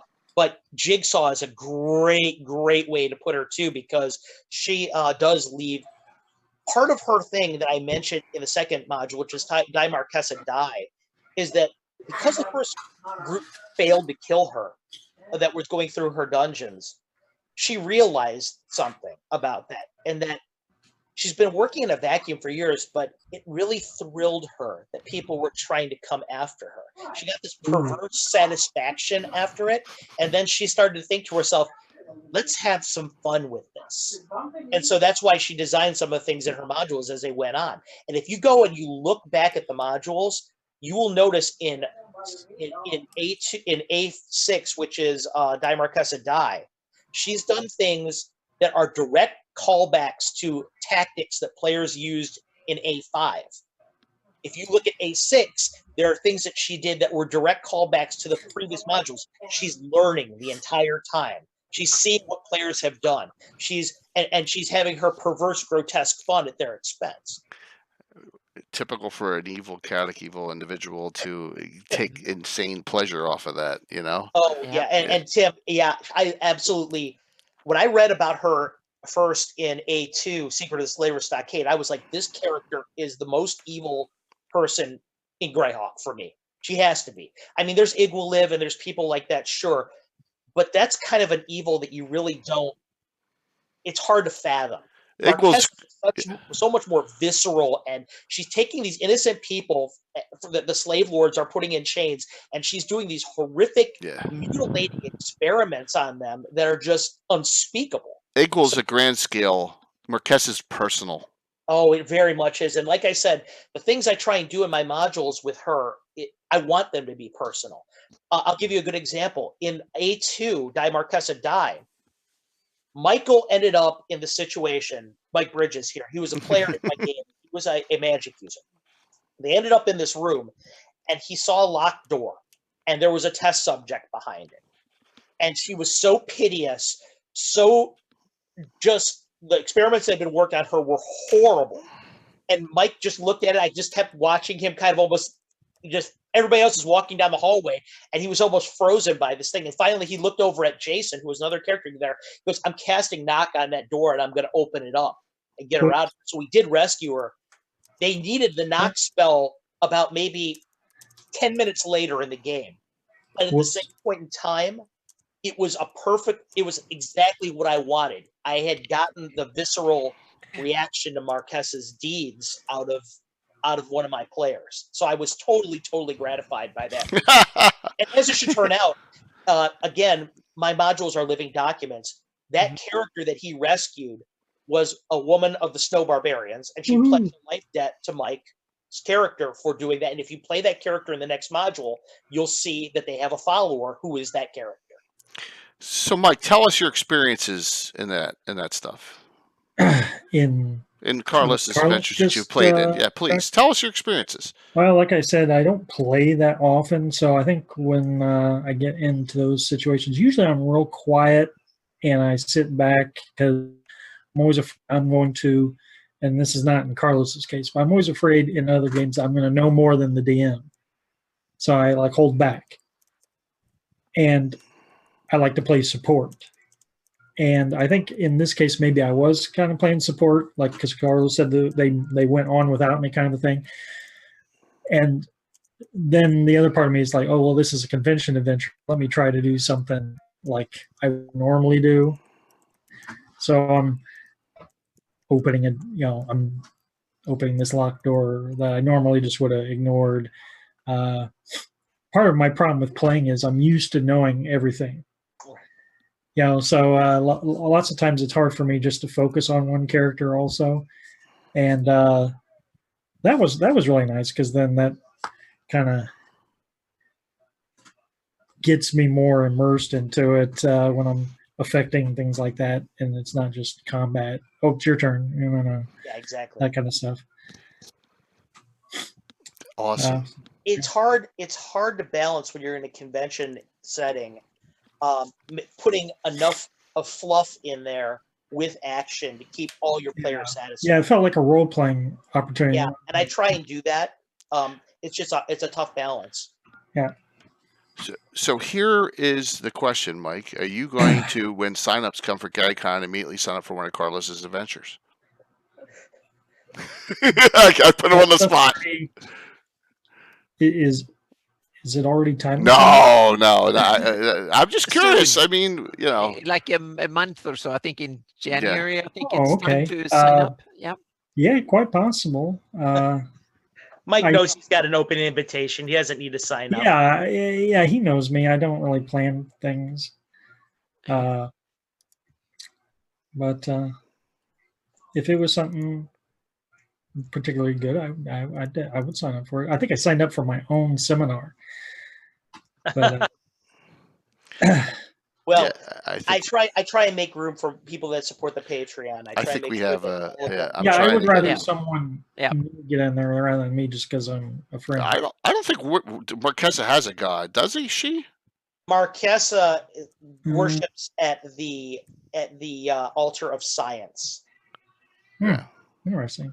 And you know what? There was something that just went by. I missed something that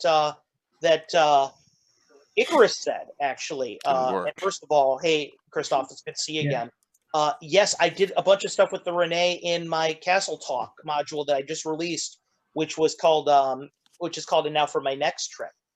So I did some stuff with the Renee in there, and I love doing stuff with them because they're the forgotten people of Greyhawk. Everybody does stuff with the Flan or the Sewell or the Iradians, but they're kind of neglected. So that it dovetails perfectly with the kind of stuff I like to do. But I consider you to be the mastermind behind the Renee, so it's a little bit working. Agreed. So, Carlos, what would you think? Like, you got your time frame set now, and you have all this stuff coming up, and you have Gary Con, and then you said you have Gamehole Con are the two main ones you do. How many you plan? You plan out three for each? No, actually, I do 4. I'm going to be doing 4 official ones, and I'll probably be doing 3 pickups at Gary Con. I did 8 games, I believe, at Gamehole Con. 3 of them were official, 5 of them were not. Right. Where I just rounded up a bunch of my friends and said, "This is what we're going to do." I have an ongoing campaign for friends of mine that just or patrons and friends of mine that just show up at the at the convention called the Wolves of St. Cuthbert. And I did an episode of that when I was at Gary Con, or Gamehole Con, I should say. But Gary Con's my big show, so I'll be doing 3 modules there. One of which is the next Marquesa module. Nice. Which is called From Dark Roses, Black Thorns Grow. And for those of you who happen to know anything about the Slave Lords modules, it should be obvious where I'm going with that. Another one is going to be my top secret module. I did a top secret module last year. It was extremely well received, so I have to do a sequel to that. I'm doing one called Squaring the Circle, which is the final conclusion of my Gnome trilogy, my Gnomes of Youth trilogy. And finally, I'm starting off something brand new, which is called In the City of the Elder Gods. And I just got the promo art back for that from my artist, Daniel Govar. And let's just say, Mike, I don't think you're going to want to miss that one. Because I know there's a certain character in there in Greyhawk that you're really fond of, who just might happen to appear on the cover of that module. So, guys, please feel free to ask questions in the audience. You've had some great ones already. Thanks. Anna, Mike, do you? I have another one for Carlos, but do you guys have any? Well, I was just going to say I agree a lot with what Mike said about the adventuring in Greyhawk. That I'm afraid that I don't want to, and I always want to make sure that I play the character accurately. So even if I, as a player, know a hell of a lot more, I'll try to play and I also love to play the kind of the ranger or the someone who is kind of a supportive, not the main character, because I still feel like it's not my show. I love to be there, and it's so much fun just playing. But with Carlos, it was one of the only Greyhawk game that I knew that now I can just relax and go with what I know, because Carlos knows more about the setting than I do, so I don't have to worry about overwhelming anyone with coming and saying that, oh, that's not the way, whatever. I can just enjoy the ride, so to speak, and that was a wonderful feeling. Thanks so much, Anna. Over here in the sidebar, I'm getting we should define what Top Secret was for those who aren't familiar. Oh, yes. Yep. Yeah, it's the old TSR espionage game, Top Secret. Yeah, it's a fantastic game. It was actually awesome fun. Wacko World. Ran some of it. Yep. Yeah, for those of you who don't know, my actual professional background is I worked for NSA for a year and a half. Yeah, we I have was some in intelligence with the military for a while, so it's kind of a Carlos and me. We have some inroads and that we love. That's why we love Top Secret in some ways. But there was a new edition that came out. I talked to the guy last Gen Con, I think it was, or 2 years ago, when he was launching the new edition of Top Secret. Or did he come out? Top Secret was 82, I believe, or no, 80. Yeah, it was real early. Yep. So I have a module on that one called Operation Overlord that I ran, which was really well received as far as that goes. And Gary asks, is in the theme of the night, writing your own adventures, does anyone know of an intermediate format between adventure card and a full module? You missed the first part of the chat, Gary, in which I mentioned my Patreon stuff. I'm writing what I call mini modules now. Instead, I used to write adventure cards for every month for everybody, but now they're like they're anywhere from 10 to 20 pages. So I consider that a mini module now, not an adventure card. So I try and give everybody their full on due. And for those of you who don't know what Top Secret is, oh, there it is. There's the box set. It's the 1E version of Top Secret. Yep.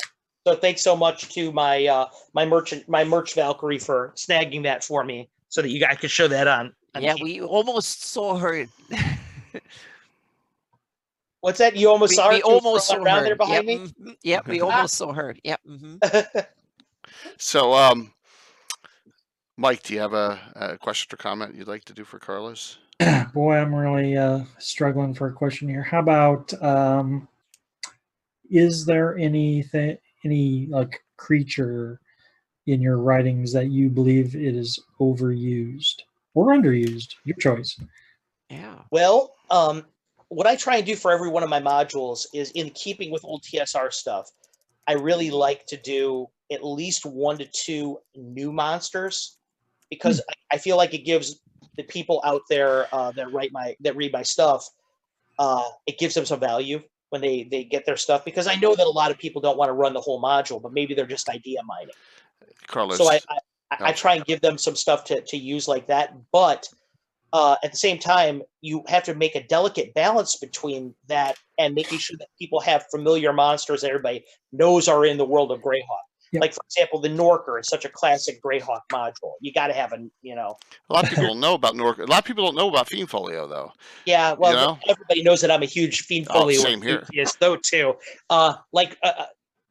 Things like that. But for me, the most overused monsters, I try and stay away now from putting just raw orcs in there. Yeah. Just straight up orcs, because I feel like I do like the race, and I do think that they make really good villains. There's so much material out there already for them. I would prefer to investigate other things. Cool. So tell this quick story, because it's coming up now, about what you did in your third adventure you did for me, the Tenebrous Deep, and how you really drove my guys crazy, especially on the first night, because of the symbiotic relationship the two monsters had, the two sets of monsters. Are we talking about the Grey Ooze? The Dark Stalkers and the Kenku. The Stalkers, all right. This one coming up, Tenebrous Deep. Okay, so there's a module that I wrote for him, which is called the Tenebrous Deep for his players, and there was a symbiotic relationship in this dungeon ecology between a group of dark creepers and Kenku that were in there. And the two were able to play off of their love of darkness and skulking around in such a way that I think that Jay's players, it was a challenge for them that they may not have expected. Complete darkness is not fun, because that takes out illumination on magical weapons too. The dark creeper. A lot of people don't know that, and that was really Dark tough. Creeper has some really cool abilities like that, yeah. And not only that, but I also made sure that there were certain places in there where they had made traps to counteract forms of light. Absolutely. As well, like the Deadfall area over there, where it dumps filth basically down and just befouls and covers things. Yeah, that was a challenge, and that was your third one. He wrote Mushroom Blue, Warts and All, and then the Tenebrous Deep. So Carlos and I want to put this out to everyone. if you are because we want to expand the knowledge of what Carlos has done, all three of those, along with, if you haven't done an Off the Earth journal, so really insist, we will give you all those PDFs of all those adventures so you can take a look at what Carlos has done. So all you need to do is whisper me in game, and we promise I will email them all to you. Because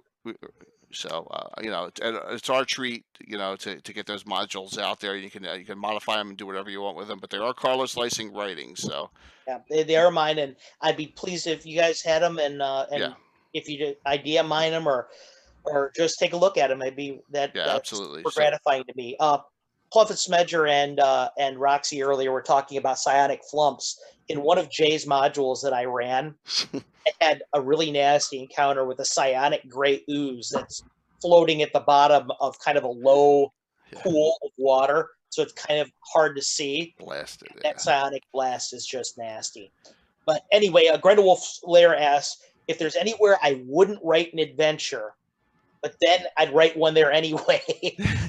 like outside the Flyness. I am dying to get off the Flyness. Everybody, I think it's the worst kept secret right now in Greyhawk that I'm writing a massive source book for Fireland. I'm at the point right now where I'm starting to shape adventures for it, so that it's sort of where angels fear to tread a little bit there, but we're doing it anyway.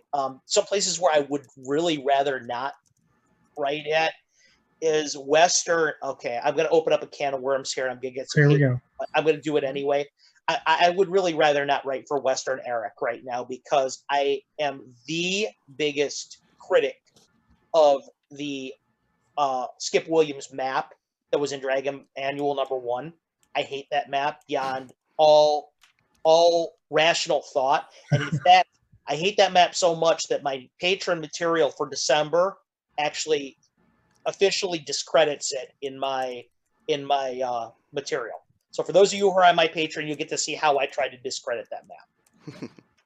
I will take that into account, because that's one of my project is to start mapping out the rest of the world, and not so much because I want to have the detail, it's because I want to know where the Flanies is, and that part I've actually done now, so I don't need to do the rest. But I've actually been kind of unorthodox, and I've had, when I started writing down my idea about dragons and what motivates them and what limits them and stuff, and that was something I gave to my patrons a while ago, and I'm going to release it to everyone any day now as part of the celebration. Yeah, there's so much on there that just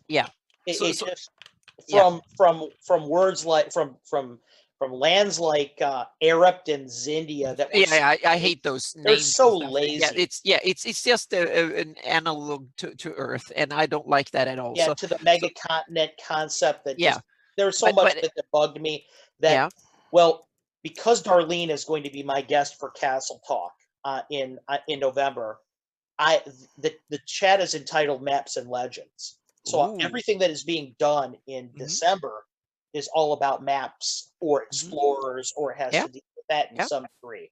So all the patrons will be getting that cool stuff, and you'll get, like I said, you get a chance to see how I attempt to rectify the. That's perfect, because I can use that as one of the inputs for, and then we need to coordinate future efforts, because I have so one of the things that I did for my campaign, I needed I haven't actually taken the players there yet, so there's a little bit of a spoiler warning for people that might be my players in the future. But I'm actually want to take an area, the inner area. I envision there is like a huge desert area, because it's such a large continent, so it's probably very dry in the center of it. So there is like a desert wasteland kind of desert area. And I want to have some of the dragons, so there will be like a dragon graveyard where dragons go to die, and in order to protect their bones, and so some of the oldest dragons, that's where dragons hatch, and some of the oldest ones have their lairs, and that's where Bahamut and Tiamat have their temples, so to speak, and their conduits. Have a little bit of parallel discovery on it, because I did something like that in Fireland too. Yeah. So I made it because that's far away enough from all the other ones, and I want to have some majestic geology and stuff that have been there, because that's been there for millennia. We're talking millions of years, probably, for the evolution of the dragon species, and that's some other things that I want to write up, and I also want to do the terrain to match it. That's one of my pet projects in the future, to do something like that. Well, we'll definitely coordinate. Yeah, we need to do it. So we don't. Yeah, the Fireland stuff is. Yep. I've got a lot, as you know, for that. In We fact, have a question from the audience. We have a couple questions about that over here. The first is about Fireland. Right now, here's the current state of Fireland. I've got almost 800 pages of Fireland material written. That's in 8-point font, unformatted, with no art. It is a massive, massive project, which I'm giving everyone free. The community is going to get that free because, frankly, I am not sanitizing it a bit. It's going to have regular Greyhawk place names. It's my magnum opus, and I want everybody to have it the way it's intended. It's got a Jeff Easley cover. Robert Lazzaretti, who did the Dragon Magazine maps for Greyhawk, did all the cartography. I've seen that map, and it looks absolutely gorgeous. Oh, thanks so much. Thanks so much. Coming from you, that's the highest. That looks fantastic. I had Darlene do the cartography on the calligraphy on it. It is as absolutely much like a World of Greyhawk as it digital product as I could make it. Yep. So that's that. Now the question was, when are we going to see it? My thought was it was going to be fourth quarter of 2020, but as Castle Entertainment is taking off and become bigger and bigger, I find myself the time that I used to have to sink into Fireland is really not there right now. So unfortunately, that has been the sacrifice of Castle Entertainment. So my answer to that is I don't know at this point. I'm going to be totally honest. I don't want this to be like Temple of Elemental Evil was, and me promising it and keep pushing it back and back. I just don't know, honestly. Smart move, to be honest. It's something I really want to do, and it's something I really want to finish. If for no other reason, I want it off my conscience. I've got so much, and I've put so much into it that I just can't. I can't let it sit on my desktop anymore. So that's one thing. Somebody else out there, I think it was Icarus, asked when Darlene would be on my chat. Okay. That's happening at 8:00 Eastern on November 25th. Darlene and I are great friends. We go way back. And in fact, this Fireland project is how she and I became friends, me searching her out and getting her to work on it, which we'll talk about on the chat, which is a story in and of itself. But yeah, we're going to try and we'll talk about all kinds of cool Greyhawk stuff. I'm really excited to have her. And, I feel like if everybody will just give me a moment, I feel like I should give you guys a little something about Fireland now. Go for it. Now we get some spoiler, some kind of Jeff Easley, as I said, did my cover for Fireland. And that. This is an oil painting that he did for us. That is Fireland right there. That is fantastic. It's Magnifico. Yep. Mm-hmm. So there you guys go. That is I believe Michael was there when I received this from the artist, and I almost had kittens when I got it. I mean, I couldn't believing. Yeah, I couldn't believe it. It was that's great. It was an amazing experience commissioning Mr. Easley to have it. And like I said, this is my love letter to the community, my love letter to Greyhawk, my love letter to the Gygax family. I want this to be something that, everybody can be proud of, that, they can see what the community is capable of doing. Don't snip it off the broadcast, anyone. I'm kidding, Carlos. I'm kidding. It's beautiful. I can't wait. I can't wait for it. I mean, it's an entire brand new version campaign setting that I think everyone just wants. Yeah, and I a lot of it is. There's parts of it, there are components of it, and I don't. Let me to go into it a little bit. I don't think for all of us Greyhawk fans, I told Luke Gygax one time that we're the children that your father never knew he had. Yeah. I mean, a lot of us grew up with the setting, and we. Yep. It was our lives. I mean, we grew up with it. Some of us learned to read with it, or our vocabulary. It means a lot to a lot of us. And I'm no exception to that. It means a lot to me. The world of Greyhawk does. And there's the way that I've written the story is I wanted it to not just be a free-form wall of text. There's actually interior art in it from, professional artists and things like that. But moreover, there are written passages leading up to every chapter where the narrator is relaying information back and forth to the Flyness. And it's sort of my story in a way with Greyhawk. It's an allegory, my own journey. It's important to me to kind of celebrate that through what I feel like is probably the best and certainly the most voluminous thing I've ever written. It's important to me to catalog that and to tell everybody a little bit about just what it means to me, what Greyhawk, how important it is, how the community is. I mean, I've made so many cool friends through this setting, through people like Anna and Mike and Jay, Gaetano out there, Casey, people like that, Christoph and Brian out there. I mean, I met so many cool people. I made so many friends out there, and our community is such that I really want to celebrate it. And I think that when people read that story part of the book, that they'll identify with it maybe a little bit in themselves. You are a lot of people don't realize how behind the scenes, how busy you are with everything. I mean, that just shows that that's an entire campaign setting. Think about it. I mean, that's not an easy feat to do. So it's impressive. It's absolutely impressive. I'd be happy to, Casey. I'd be happy to. One quick question: have you ever used the Rene? I know Rene, however you pronounce it. Icarus asked that question a little while back. Yeah, actually, I answered it a few minutes ago too. I was talking about in my newest in a Castle Talk, Castle Talk Chronicles. I did a little bit with the Rene. They're the owners of the funeral home that I actually dealt with in. There was a Rene family that deals with that. I really like the Rene a lot. I like to do stuff with them because, as I mentioned, I don't think that I like to do stuff with Greyhawk that nobody explores, or at least has been underexplored, in my opinion. So doing stuff with the Rene to me just feels right.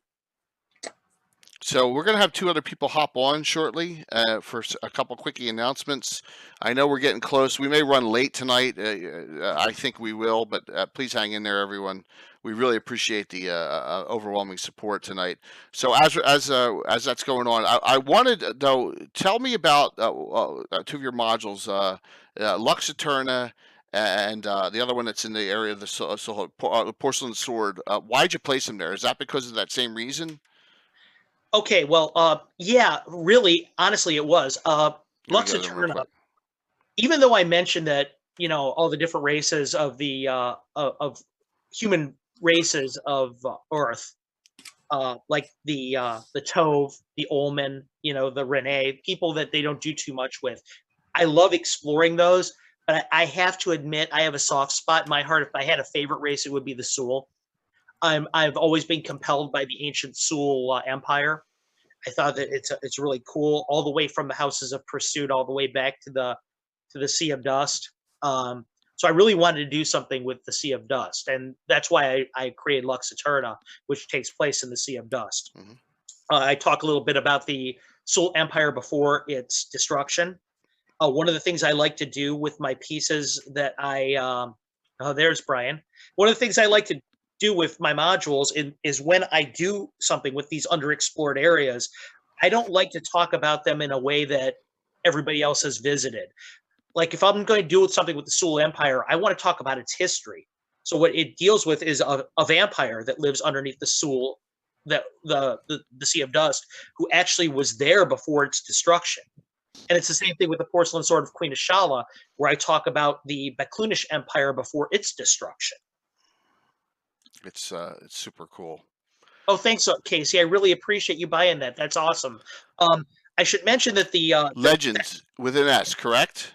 Legends. Yeah, Legends. Why don't you tell everyone again, because we have a lot more people who've hopped on since the beginning. Yeah, absolutely. Do that one more time. We're doing a coupon for Castle Entertainment for everybody that joined up tonight, or that's visiting tonight or watching. I'm super gratified by your support.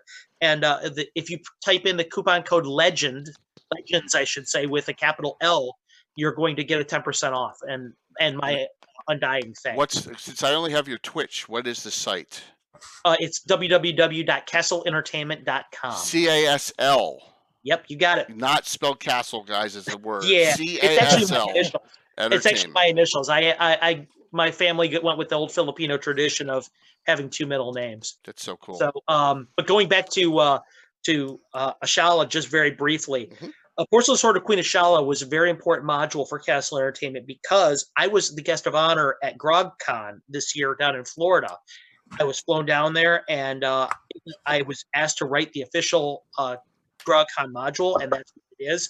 And I can't tell you what an honor that was for me as a new company and as a pretty unknown creator. That my guys Dan Gramansky and James went, and they retained me to do that. So that was so awesome.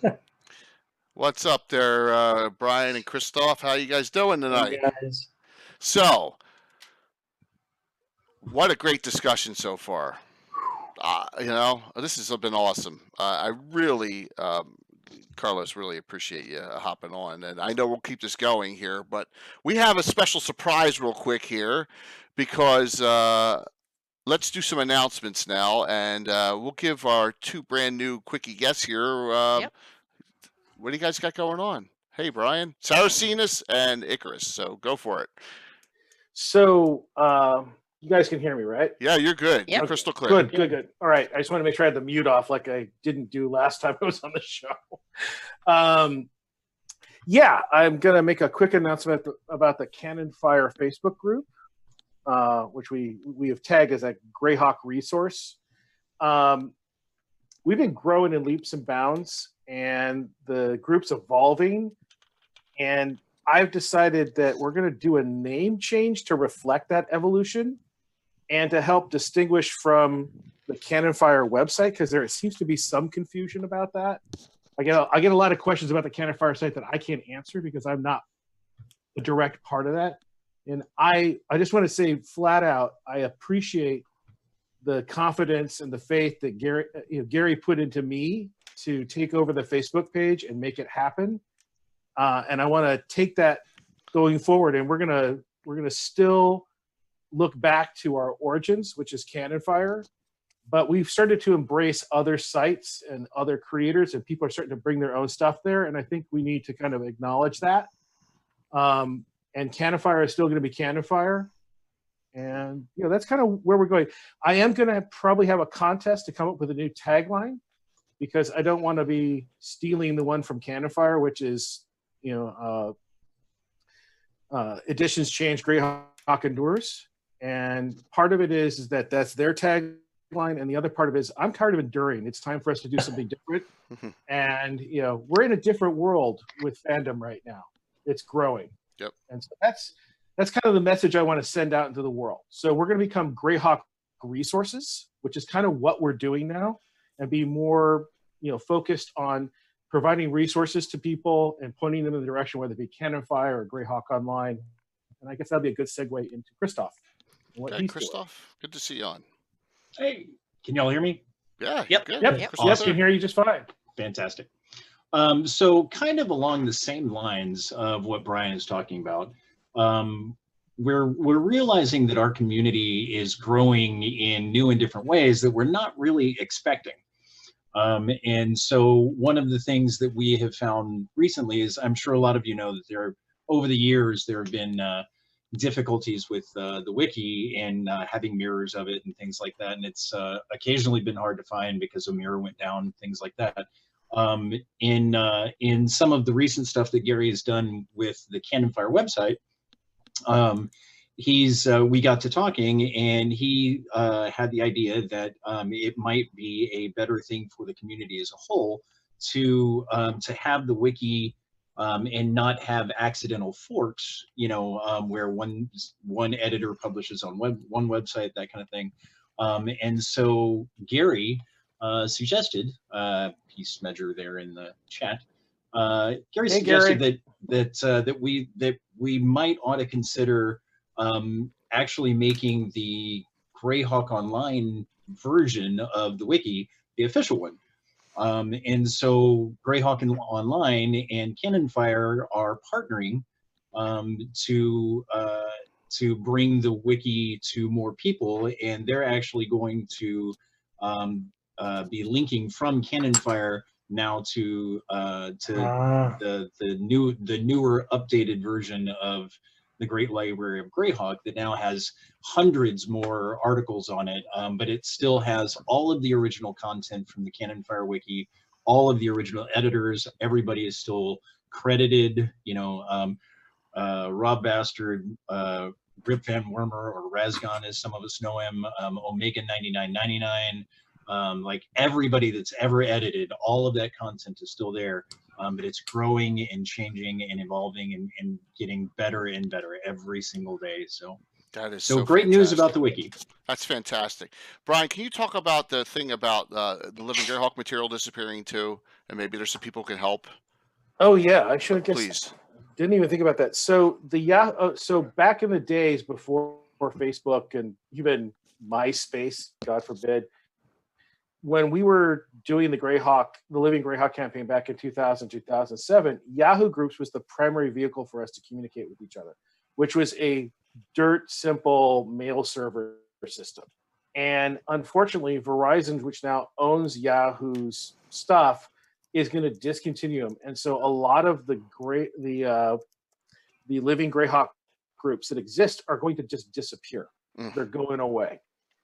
And and so what you can do is you can put in a request if you are an admin of one of these groups to download your data and get those.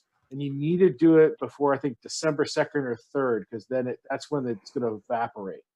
I did it. They said it was going to take 30 days. I literally got it the next day, the download link. I'm going to be downloading that tomorrow and trying to take a look at what exactly I got. Even if you aren't an admin, if you are in a group, any of the files and the images, especially like maps, are downloadable still. I would highly recommend that you back those up. I'm hoping that Christoph and I can come up with some way to find a place to archive this stuff. I just don't know what form that's going to take, because I can look at the data of what we got and see how we can use it or not. But yeah, this huge resource of information, and this is not to say these are like modules. This is the background groups like the triads and the writers groups and meta organizations. And this is all the behind the scenes chatter of people arguing and creating and trying to make things happen within all these groups. And it's a piece of our history. And, you know, it's this background stuff that's like incredibly important to that piece. And we're going to lose it. So if you know anybody that is an admin, you are an admin, please, please, please go get that information, and then we'll try to come up with some sort of clearinghouse for it. Yeah. I don't know where that's going to be, but or how it's going to be. I think Christoph has started to talk about it, but we just don't know yet, and we're hoping to get as much of it as we can. Unfortunately, I've got some word out privately, and so I know like the Duchy of Ernst Navy group is being downloaded by my friend Brian Kelly, and there's all this stuff. But anyway, I just wanted to get that word out in case people hadn't heard yet. You know, actually, Brian, along the same note, since Jay brought up the Living Greyhawk groups, another little tidbit of news that is going on for Greyhawk Online is that we've begun reaching out to some of the former triads and the people who ran the Living Greyhawk groups, just for their websites and stuff. Again, not like Brian said, not the adventures or anything like that, but just the regional information that they came up with as fans. We have Grand March now. We've started talking to Tusmit. We've already gotten Tusmit, I believe, and we're working on Perrinland and Highland, Highfolk. What we want to do is we actually want to get permission to re-host those old Triad websites so that people can still find all of that material, the massive amount of material from Keelan and stuff like that. So hopefully in the future, we're actually going to be hosting a lot of the old Living Greyhawk websites again, hopefully, if everything goes well. And for the non-Living Greyhawk sites that are sort of disappearing out there, if you are going to allow a site to fall off the internet, because it isn't forever, evidently, please come and talk to Christoph about maybe hosting a version of it there. We've started to reach out to certain people like Russ Taylor and some other people. We're trying to preserve some of this history that is just disappearing off the web. And the Wayback Machine is great, but it doesn't always get everything. It doesn't. You know, it's a shame because the Greyhawk web ring in the 90s, there was like 20 of them, and I think it's down to Malden and one other. It's like 2 or 3, and that's it on that web ring. That was a place where I used to go when I was, looking around for information, and now it's just like there's nothing left, So it's a shame. Mm-hmm. Yeah, I was actually just talking to Malden about the Greyhawk web ring just yesterday. And interestingly, Malden is still the original moderator or admin for that group, and it's still technically there. I think webring.org may have passed away, but he still has it on his website and such. That's awesome. So, guys, thank you for coming on, and please stay on while we do the final announcements. I really appreciate it. I mean, that's so awesome that you guys were able to. Can I ask a question of both guys? Yes, absolutely. I'd like to first ask Brian. First of all, it's great to see you again, Brian. It's great to see you. And thanks. Hi, Amanda. I want to know: has there been somebody in the group over here and on the chat actually asked a question I would like some resolution around? Have we reached out to any of the other groups to try and consolidate some of the Greyhawk groups under one Aegeus? I think that's a hard sell because there's different cultures out there. Like, I know there's a lot of crossover, like between On a Site and mine, and there's some crossover with Sages. I mean, Sages has at least 900, if not 1,000 more people than I do, so I know it's not a one-for-one. I actually think it's healthy for us to have an ecosystem like that. Yeah. If there is a group that wants to archive out and become part of a large group, I'd more than willing welcome those people into Greyhawk Resources. If they want to come on board, that would be great. But it's really, really hard to ask someone to give up something they've put time and effort into. And if the Facebook group I'm running had, when it took off, when it started in 2012, had it been running from that time at full speed, like I've been running for the last year and almost a half now, maybe a little longer than that, I think that would have been a moot point. We would have been the place to be, but that didn't happen. And there's this whole ecosystem now that I think would be hard to undo. And I kind of question whether we should. I think that, right now there's like a couple sites now that are the primaries. Sages, the Flanass Geographic site, mine, and maybe 1 or 2 others. And the rest are kind of more like campaign specific and or not really active. There's some general, you got first edition D&D out there, you got general advanced Dungeons and Dragons, and there's a crossover of multiple things being talked on those sites too. And there's a second edition Facebook group as well, where a lot of Greyhawk gets talked as well on. It's just, it's all over the place, I think they all have their different, like Brian said, their different cultures. I just wondered if some thought had been made putting them together in one community. That's all. I would welcome anyone from those places to come and join us. Now, I'm not going to be second edition or first edition or thing. I am kind of like edition. Well, I may play fifth edition. The site itself is edition neutral, and I welcome anyone to come and contribute because Greyhawk is Greyhawk, and the mechanics underlying that's a personal choice. I don't see any reason to differentiate, to break up into tribes over that. But if people want to cross-pollinate and come and join my group, that would be you're more than welcome to come on board. I would love to see you, because I think the more the merrier, and there are plenty of things that people would do. I mean, I know that Jay's group is kind of like, before he came onto Twitch, was this group encased in amber and this perfect preservation of a type of D&D I played back in the the late 70s, early 80s, and that I haven't seen since. And it's a beautiful thing to see come back alive.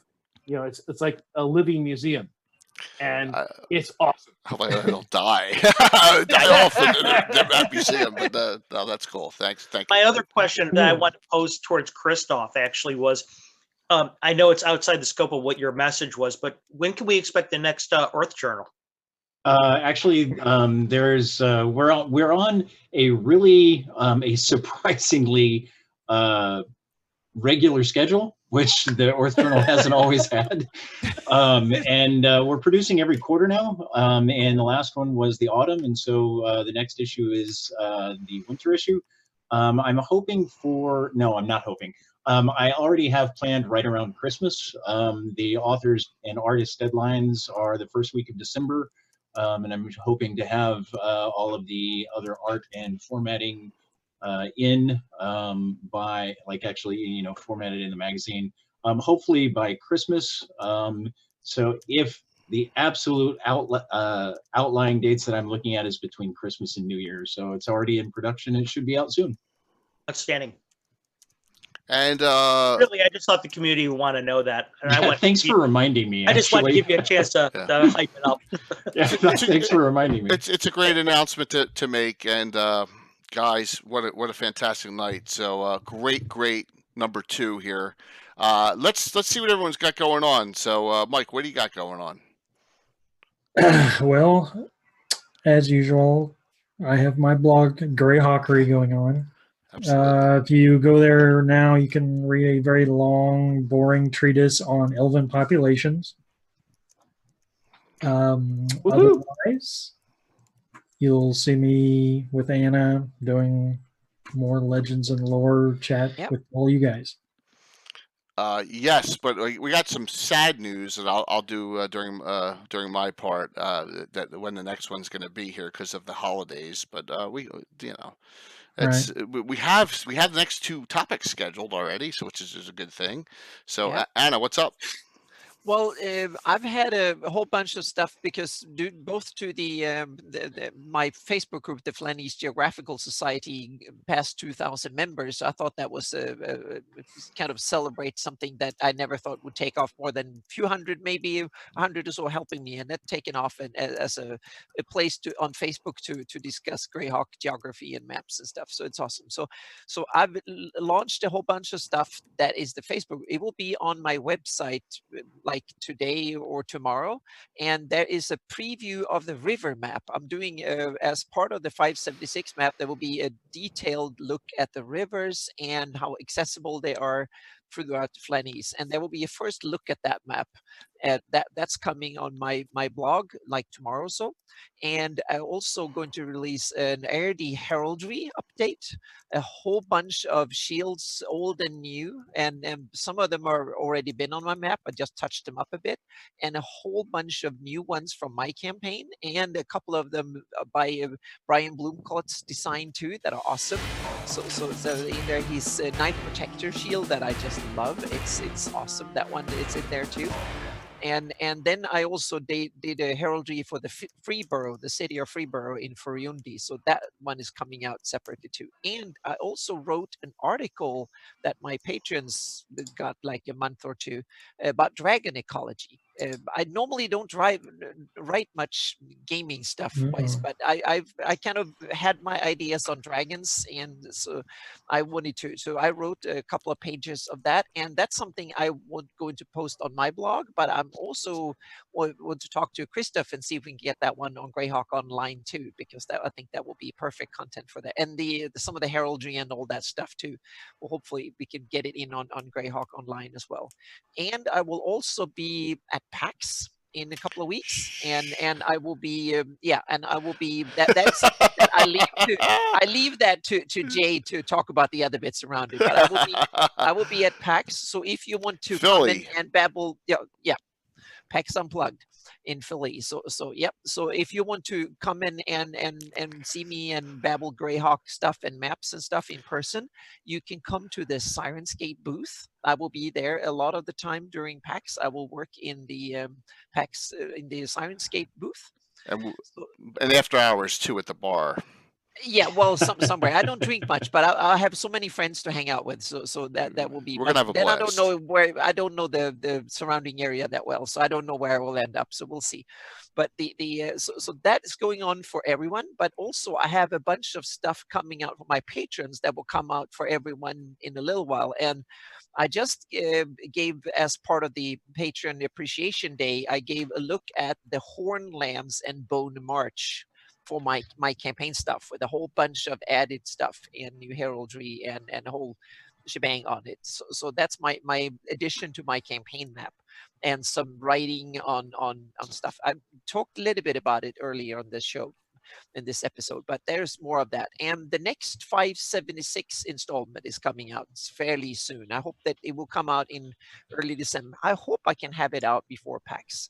And that will be Furiunde, Veluna, Greyhawk, and Hardby area in the 576 version of the map. That is turned out to be a way bigger project than I thought it would be. I thought it would be okay, well, I just need to backtrack a little bit. But I've gone through so much resource, and I found so many rabbit holes to get down into that is kind of crazy. So it's a huge project, but it's soon about halfway done. So this is why Anna is going to have her own seminar at GaryCon. Yes. Yeah. Yes, I have my own absolutely. Yeah. So that is coming out for Patreon stuff, and there will also be a look at my Worth maps, because I'm putting them in the geographical information. So I'm done in QGIS and stuff. So there will be a first look at the Worth geography, where the Flanies is, and where the northern continent and where Fireland might be, and stuff like that. So it's just the general kind of geography and location. So it's not that there's the final say of it. It's more like the process of figuring out where the continents are. That's more so it will be a technical write-up and stuff like that for my top patrons first that are interested in the mapping technology bit, and then it will be more of a general kind of looking at the planet kind of post later on in December. So that's what I'm working on at the moment. Awesome. Carlos. Is that all, Anna? That's all. I'm working on other stuff too that non-Greyhawk related, but that's it. Yep. Carlos, I know. First of all, I just noticed that, Christoph, as soon as you were writing that. That's fucking hilarious. He's got the favorite map of so sorry. As I set it up like way long time ago. I didn't even realize. I would be totally remiss if I didn't talk about. I obviously I have a lot of very humble friends that don't talk about what they do. Anna, I know that when you came to my table during Wolves of St. Cuthbert, so many people came up to me afterwards and said, "Can you introduce me to Anna?" I was like, people are starstruck by meeting you, and I want to tell everybody out there in the audience, when you see Anna at a show, she's one of the most down to earth and nicest people you could ever meet. Just talk to her. Yep, I see it. Very, very cool person. And as far as Brian goes, I didn't hear you once talk about your heraldry, man. You need to pump yourself. I'm going to pump your tires on this one, okay, Brian? The community right now is one of the leading lights as far as doing heraldry goes, as far across our genre. So you guys definitely need to pay attention to the stuff he does. I mean, the shirt that Jay is wearing right now for the Order of Ulick was designed directly by Brian's work. All my heraldry in the corner is Here's all a guy Brian. that's doing some really cool stuff too that he's obviously too humble to tell you all about, but I'm not. So, okay. And as far as Christoph goes, Christoph's telling you all this cool stuff he's doing with Greyhawk Online and Earth Journal, but maybe you guys don't know the fact that he's also a super talented artist. He did the art for my particular part of it, which was Cerulean Cyst in the handout that we did at GaryCon, of which, by the way, this is the exact same group that we had for the exception of Alan. So, Alan, I'm holding it against you. You didn't show up for this. But you guys need to reach out to Christoph and see what he's doing for people who want art and stuff like that, or just to visit his stuff. By all means, make sure you check it out. What we do with text is great and everything, but what Brian and Anna and Christoph all do for visual stuff for Greyhawk, it can't be understated. They are a huge part of what's driving our community. So I wanted to throw all that out there. So for those of you who are too humble, these guys are all stars as far as I'm concerned. We have very much. We have 6 members of the Future of Greyhawk group right here. We do. We do. Now, as far as what I'm doing right now, as I mentioned, this is Patreon month, and for those of you guys who don't visit my Patreon, you wound me personally to my soul. I want you to know. No, just kidding. Actually, for my Patreon, you guys get a lot of rewards that you won't be able to get anywhere else, like my mini modules. I do 3 character sheets a month, all Greyhawk related, with full backgrounds, full art. You guys will be getting a monster, a magic item, and a spell of the month that are all Greyhawk related. So I think it's pretty good. I think I tried to give you. I'm sorry, Anna? Yeah, you get the coolest mail every, like a message from Patreon from Castle Entertainment like once a week with a lot of goodies and talks. And so Be a Feathered Friend is awesome. That's the best ever. Thanks so much. Thanks so much, Anna. I really do my best to give everybody good value. I just put links up to everything that we're doing over there on the sidebar for everyone that follows. So I'm in the middle of doing December's Patreon stuff and January's as we speak. I'm in the middle of writing 3 modules as we speak for Gary Con. As I mentioned, they're called From Dark Roses, Black Thorns Grow. One of them is called Squaring the Circle, and the final one is called In the City of the Elder Gods, which is a callback, obviously, to WG5, Morgan Keenan's Fantastic Adventure. And I fully expect Mike Bridges to be playing in that game when I do the playtesting for it at Gary Con as a special guest of mine. But besides that, I'm also doing the crazy amount of Castle Entertainment work that we do on a day-to-day basis. Besides the Patreon stuff, besides the module work, we're doing a top secret module, and where we just released the website for everybody to buy stuff at. We're doing another charity event here in April, and I'm going to be doing a charity event in conjunction with Jay, as well as publishing for the Hools, his module that is done in conjunction with Castle Entertainment. I'm really excited about. I'll be the first non-Carlos, right? It is the first non-Carlos module that is going to be released from Castle Entertainment. Thank you so very much. I'm honored. So you guys will Absolutely be able to see us branching out and publishing with other authors. I hope we can do that more in the future. And finally, you're going to be seeing a lot of us online. I hope you guys aren't sick of my face quite yet, because every other Friday, I do an online game for Twitch, which is called The First Betrayal for some of my high-level patrons. We're on the 15th episode of that, and hopefully you guys are enjoying it so far. I also do something called the Castle Hawk Chronicles once a month on Mondays, and that is a continuous campaign featuring different players. You'll be seeing the next one of those in December. I hope you'll like it. And finally, I'm doing a Castle Talk here on November 25th, which will feature Darlene. Everybody knows Darlene from the Maps of Greyhawk, the original ones that came in the folio and the box set. And I hope to have some more Greyhawk luminaries. Last month we had Jim Ward. I'm super excited about that. And this time we'll have Darlene. Next month I've already lined up a pretty cool guest I hope you guys will like. And so I'm doing a lot of stuff right now, and it's all Greyhawk related. It's all for the community, and I'm pleased to be able to contribute in the way that I can. Brian, Christoph, would you like to say anything else in closing before I go? Because I'm long-winded. Sure. I'm doing my bi-weekly Greyhawk campaign. This is my own personal campaign this Friday. I, of course, run what's now going to be called which was Cannon Fire Facebook group. I'm going to be doing Greyhawk Resources group now, and I am republishing Mike's World of Greyhawk comic twice a week on Tuesdays and Fridays with updated annotations, and so that you can relive that. I'm reliving it. Yeah, that extremely creative period of time from about 2005 to 2008-ish, I think. And I'll have to look, maybe it's 2009 where it ends. And we're just kind of going literally in sequence, and I have an archive in there where you can see all the previously published ones, and it, and this is the other thing is I'm starting to archive stuff from creators that are putting stuff on there. There's a unit section on there where you can go see that. I've been doing some coordination with Christoph because the Greyhawk wiki is now in a new location. I'm trying to point the links to those things from the Greyhawk comic, or when I'm posting something up that I want to reference information, I'm trying to post to that. So, if you've got something that you want to educate new people about, make use of the wiki. So there we go. That's my plugs. And as far as my heraldry is concerned, I have been on a bit of a hiatus. I'm trying to get reinvigorated and inspired to do something new. And Carlos, you've asked me to do something, and Carlos and Amanda need to talk to me so we can get back on track with that before GaryCon. But we'll talk about that. That's something we talk offline about. Yeah. Christoph, you have a final party?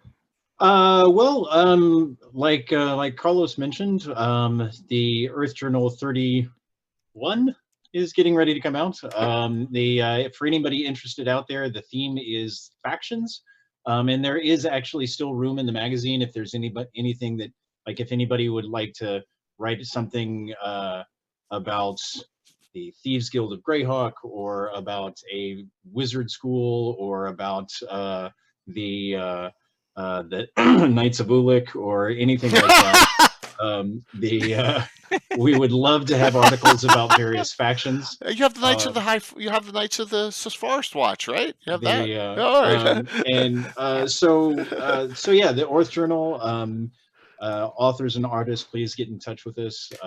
It's greyhawkonline.com/Earth Journal. The wiki again. I would really like to give a shout out to Pluffett Smedger, to Gary Holian.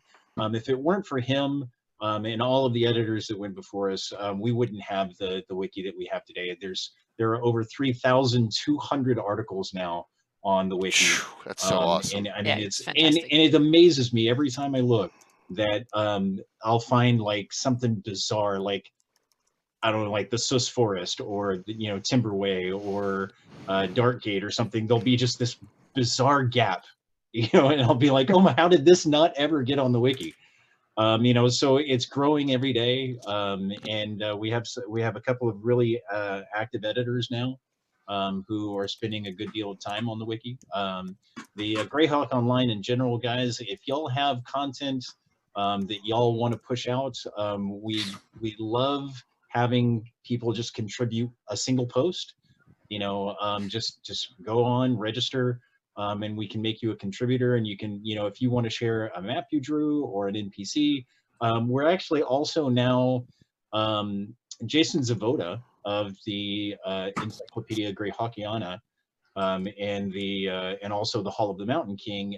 He's gotten a little concerned about the longevity of his blog, and so he's asked us to archive his blog, and so we're in the process of actually syndicating the Hall of the Mountain King, and so everything that you find on Jason's blog also comes up on Greyhawk Online.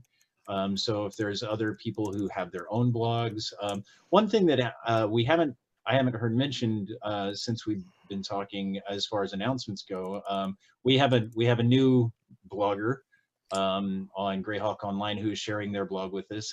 David Leonard of Greyhawk Musings is writing some fantastic series on the various histories of the Flan and of the Sul and of Vecna and the elves and all kinds of stuff. He's doing some amazing work on Greyhawk Musings, and he also is sharing that with Greyhawk Online.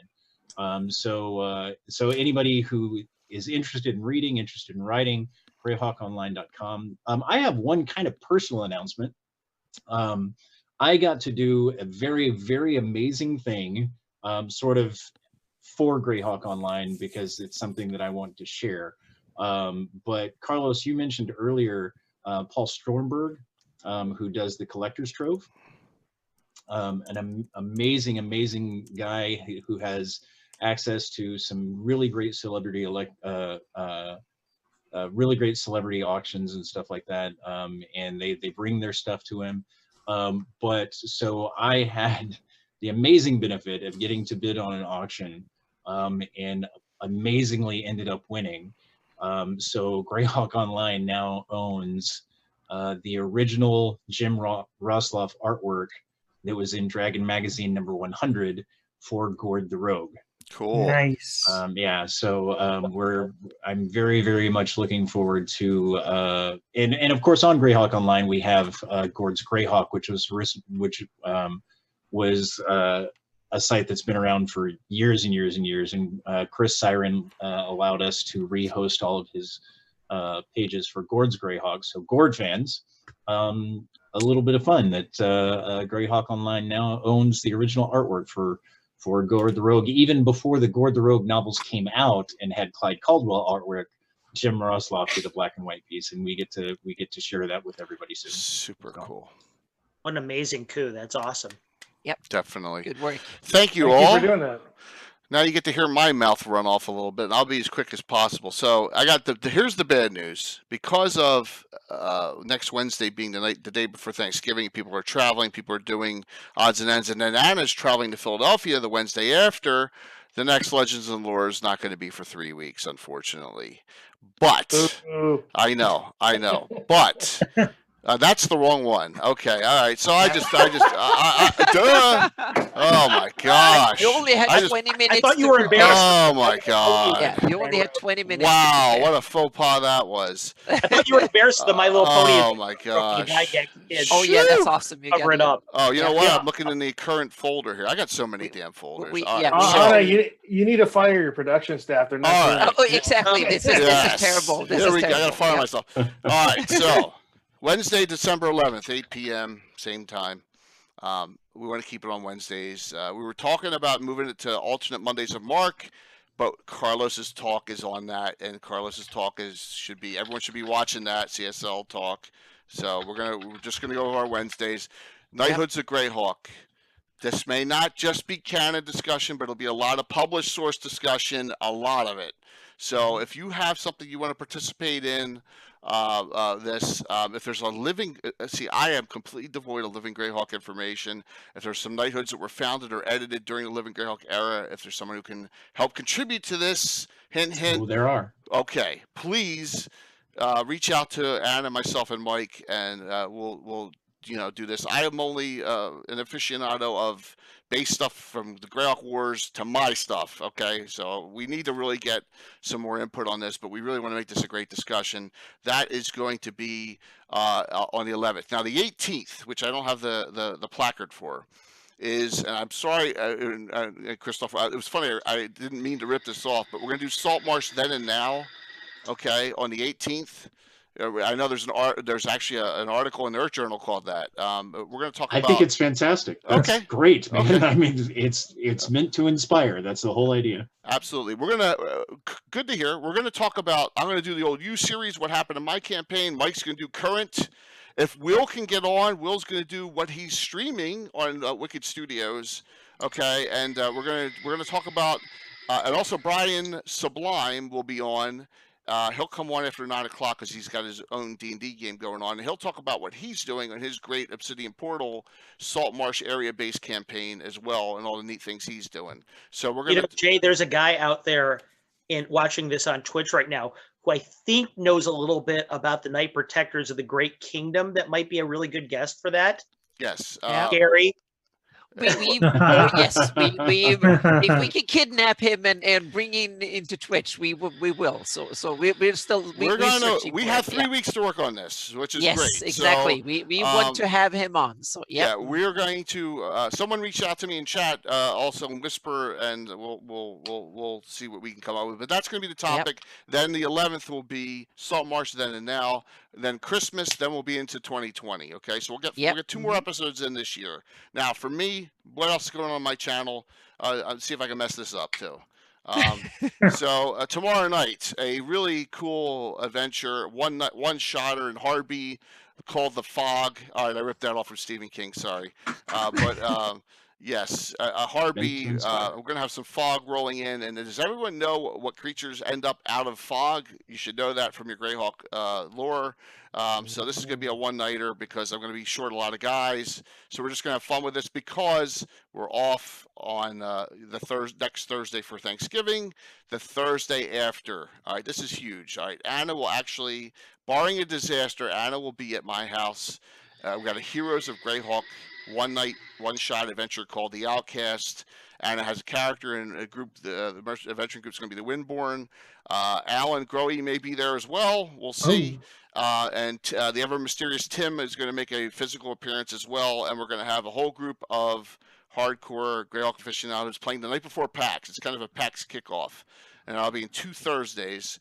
I'm looking forward to that, and it should be a fun time. It'll be streamed, of course, and it'll be nice to have Anna in the game right in person instead of playing remotely. That would be so much fun to see the coolest game basement in the country. Well, thank you. If not the world. I appreciate it. And Jay, yes. I did see during the Leonard interview that you were ripping off Stephen King for that. No, it's an homage. Yes, an homage. That's an homage. Exactly. It's an homage. And thank you all for watching tonight. This is going to be close to the Leonard show on Sunday in a record, and I really appreciate the support. We're trying to do the right thing with Greyhawk here and try and keep on pushing Greyhawk out. My Gabbin shows this Sunday. Jesus, listen to me. Sunday night we do our Gabbin shows. It's a lot more my campaign based. We're going to delve into the Magic user class. Everyone thinks. I can't believe you're doing this. By the way, when I'm at work, you know. Come on, man. We did the delving into the fighter, and you were in on that one, you know. I know, but the Magic user, come on, man. I've played Magic user for 40 years. I don't know. I might have to come on for that one, Jay. That's man, Magic users are my jam. That is what I love. Me too. We have and I don't mind spinning it all editions. You know, we're going to be talking about what we did to take the base Magic user class in 1E2E, which was boring as hell, and turning it into something a little more rich, right? And there's ways of doing that. Everyone knows, you know, multi-class, dual classing, feats. We did a lot of things. But my friend Alan has created a custom class that we're playtesting right now called the Greyhawk Mage, and we're gonna discuss that in detail. Plus, we're gonna go over. Of course, I can't find it now. Where is it? We're gonna go over all the spells in this wonderful book. A lot of them. Oh wow. Okay. We're going to go over all the Mordenkainen spells, because the Greyhawk Mage utilizes them a lot, and we utilize them a lot in our campaign. And I don't know if these are if I even touches these, but you know, Tensor has some great spells. Nistel, all the Circle of 8 is in here, so we're gonna go over that and the class. And that'll be a blast. And then, unfortunately, from that Sunday on, we're off until the next Sunday. And the next Sunday after that, the Gabbin, the title is That's Not in Greyhawk. This was Jason Zavada's idea. Okay. And so I said, Jason, I'll run with it. He goes, I always wanted to place Ruins of Undermountain in Greyhawk. What do you think about that? I said, hey, that's cool. I used Dark Tower from Judges Guild. I used Fortress Elendar. We're going to just discuss those great modules that don't fit in Greyhawk and how you place them in Greyhawk. And that'll be a lot of this stuff from Necromancer Games that I love. You know, that'll be a cool one too. And then from that point on, when Anna gets here, and I'm going to be so busy at PAX, we're going to have a blast. And then we'll worry about what goes on after that. So how's that? Was that quick enough? Hey, Jay, one thing, could I touch on something you just said there for a second? Sure. You mentioned the show with Jason. That was Jason Zavoda's idea of all the things that aren't in Greyhawk and how to make how to do things differently in Greyhawk.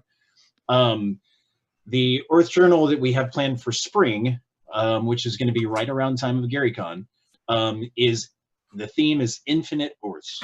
And so for all of those folks who like doing exactly what you just described and putting stuff that wouldn't normally be in Greyhawk, putting it in Greyhawk and making Greyhawk their own, or doing an Arctic Ice Age Greyhawk, or doing a Strahd adventure in Greyhawk, or doing Greyhawk set in the 2000 CY or what negative CY or whatever. Or heck, 2000 CY in the future. Whichever. All of those really cool things like you were talking about, doing something unique and different that's not Ken and Greyhawk, and having fun and making it your own. That's going to be Awesome. Horse Journal number 32 in the spring. So cool. Fits in. Everything ties in. Absolutely. So guys and gals, thank you all for such a fantastic episode tonight. Thank you all. Like I said, everyone here I consider my great friends. This has been such a wonderful experience for myself and my group of players and my my whole crew that is really, you guys have all welcomed us in, and thank you. I just love what we're all about, and we're just gonna keep on doing, we're keep on pushing. There we go. Whoa, look at that. So hey, Slug, how you been, man? Slug is on the South Jersey Discord for D&D. Yes. So and he's so thank you so very much, Slug. It's good to see you on, man. And he will be at PAX Unplugged a lot too. And he owes me a drink, if you remember from something. So thank you so very much for hopping on and doing that. You're the man. All right, guys. Any final things, or before I call this night? Don't, if you're dead tired and you gotta leave Zoom, but stay on Zoom, guys, because I want to talk to you guys or something after the broadcast is over. All right. It was absolutely great seeing all of you guys. Yes, absolutely. So yes, and also some of the guys in chat, like. Gary and Casey and everybody. It's Will. It's really great seeing everybody here. Yeah, it reminds me of the heyday of the Cannon Fire Great Chat, and some of you guys I haven't seen in the flesh in a while, like Christoph and Brian. I haven't seen you guys since GaryCon, so it's great seeing your faces again. We'll get to see you again this year. Yes. And I'm loving to be able to come out and see you guys again. It's been great to just make those connections, and I'm hoping that energy we're bringing inspires other people to connect up in ways. The great thing is we've all been kind of doing things in our own little silos, and we're starting to break out of that and cross-pollinate and inspire each other. And I think that's just going to make this community stronger. Whatever Wizards of the Coast decides to do, we're going to be here one way or another. Great point. And so, I'm hopeful for the future of Greyhawk in official published pieces, but at the same time, if it never happens, we're still here. We're still chugging along. People are welcome, and we'll keep on keeping on. And just like Pliffett Smedger said just there, until Tharzadoon wakes. Yes. A lot of Castle Entertainment's here. You guys will get published support for Greyhawk. And I will give you guys. I will give you a little snippet, a little tidbit, and we're going to save this for the December 18th show. At the end of the December 18th show, I'm going to get a list of all the stuff that we're doing at GaryCon for everyone. Let them know what's going on, because then signups will come in January. We got at least have four. We have 4 seminars. Yep. 4. We have 4 seminars at GaryCon, and an untold number of DMing events that Carlos, myself, and a couple other people. Marco's doing one as well. DMing at GaryCon. So we got a lot of great stuff. All right, I'm going to go to my sponsor here, MBA. And always please check out their stuff, along with Reaper and Stratagem, my other 2 sponsors. Thank you, guys. You're fantastic. And let me see if I can do this right here, and we'll see you soon. See you tomorrow night. If you're interested in a 1E2E old style, I'm on tomorrow night, 7:30 EST. Hi, everybody. Thanks for coming. See you soon. Bye. Bye. Hey. Now look, I have the right placard on this one at least. Yes, you got the right button. Nice. Miniature Building Authority. Dun dun dun. Yep. Harbor Town. So you're still. So you didn't plug Harbor Town with your Harvey adventure. Yeah, I did so much. You saw that in all the posts I put on Facebook. It said. I know. I'm just saying, always be plugging. That is definitely a really great looking set. Thank you. Oh yeah. I just got a whole bunch of pieces on Friday at the Miniature Wargaming Convention at King of Prussia. Kirk gave me the crane, the lighthouse. It's all up. It's all going to be shown tomorrow night for this Adventure of the Fog. I got the entire front area of the one corner of Harvey up. That's what it represents. And the adventure takes place in the Southern Point, which is a restaurant, which is a bar that's in the Earth Journal version of Harvey. So, that Earth Journal version of Harvey, I've crossed it with the, as I said on Sunday night, I crossed that with the Living Greyhawk version. I have them both melded into one big amalgamation mess, right, Brian? Yeah. So, Jay, what issue is that? oh God, hold on 1 second. Let's see if I got it right here. I got it right here. I can probably. I don't remember. It's been so long since I looked at it. Yes, Measure, you got it right. You got it right. You'll see some of them tomorrow night. Absolutely. Someone got it. So, all right, guys. God. See you tomorrow. Have a good one.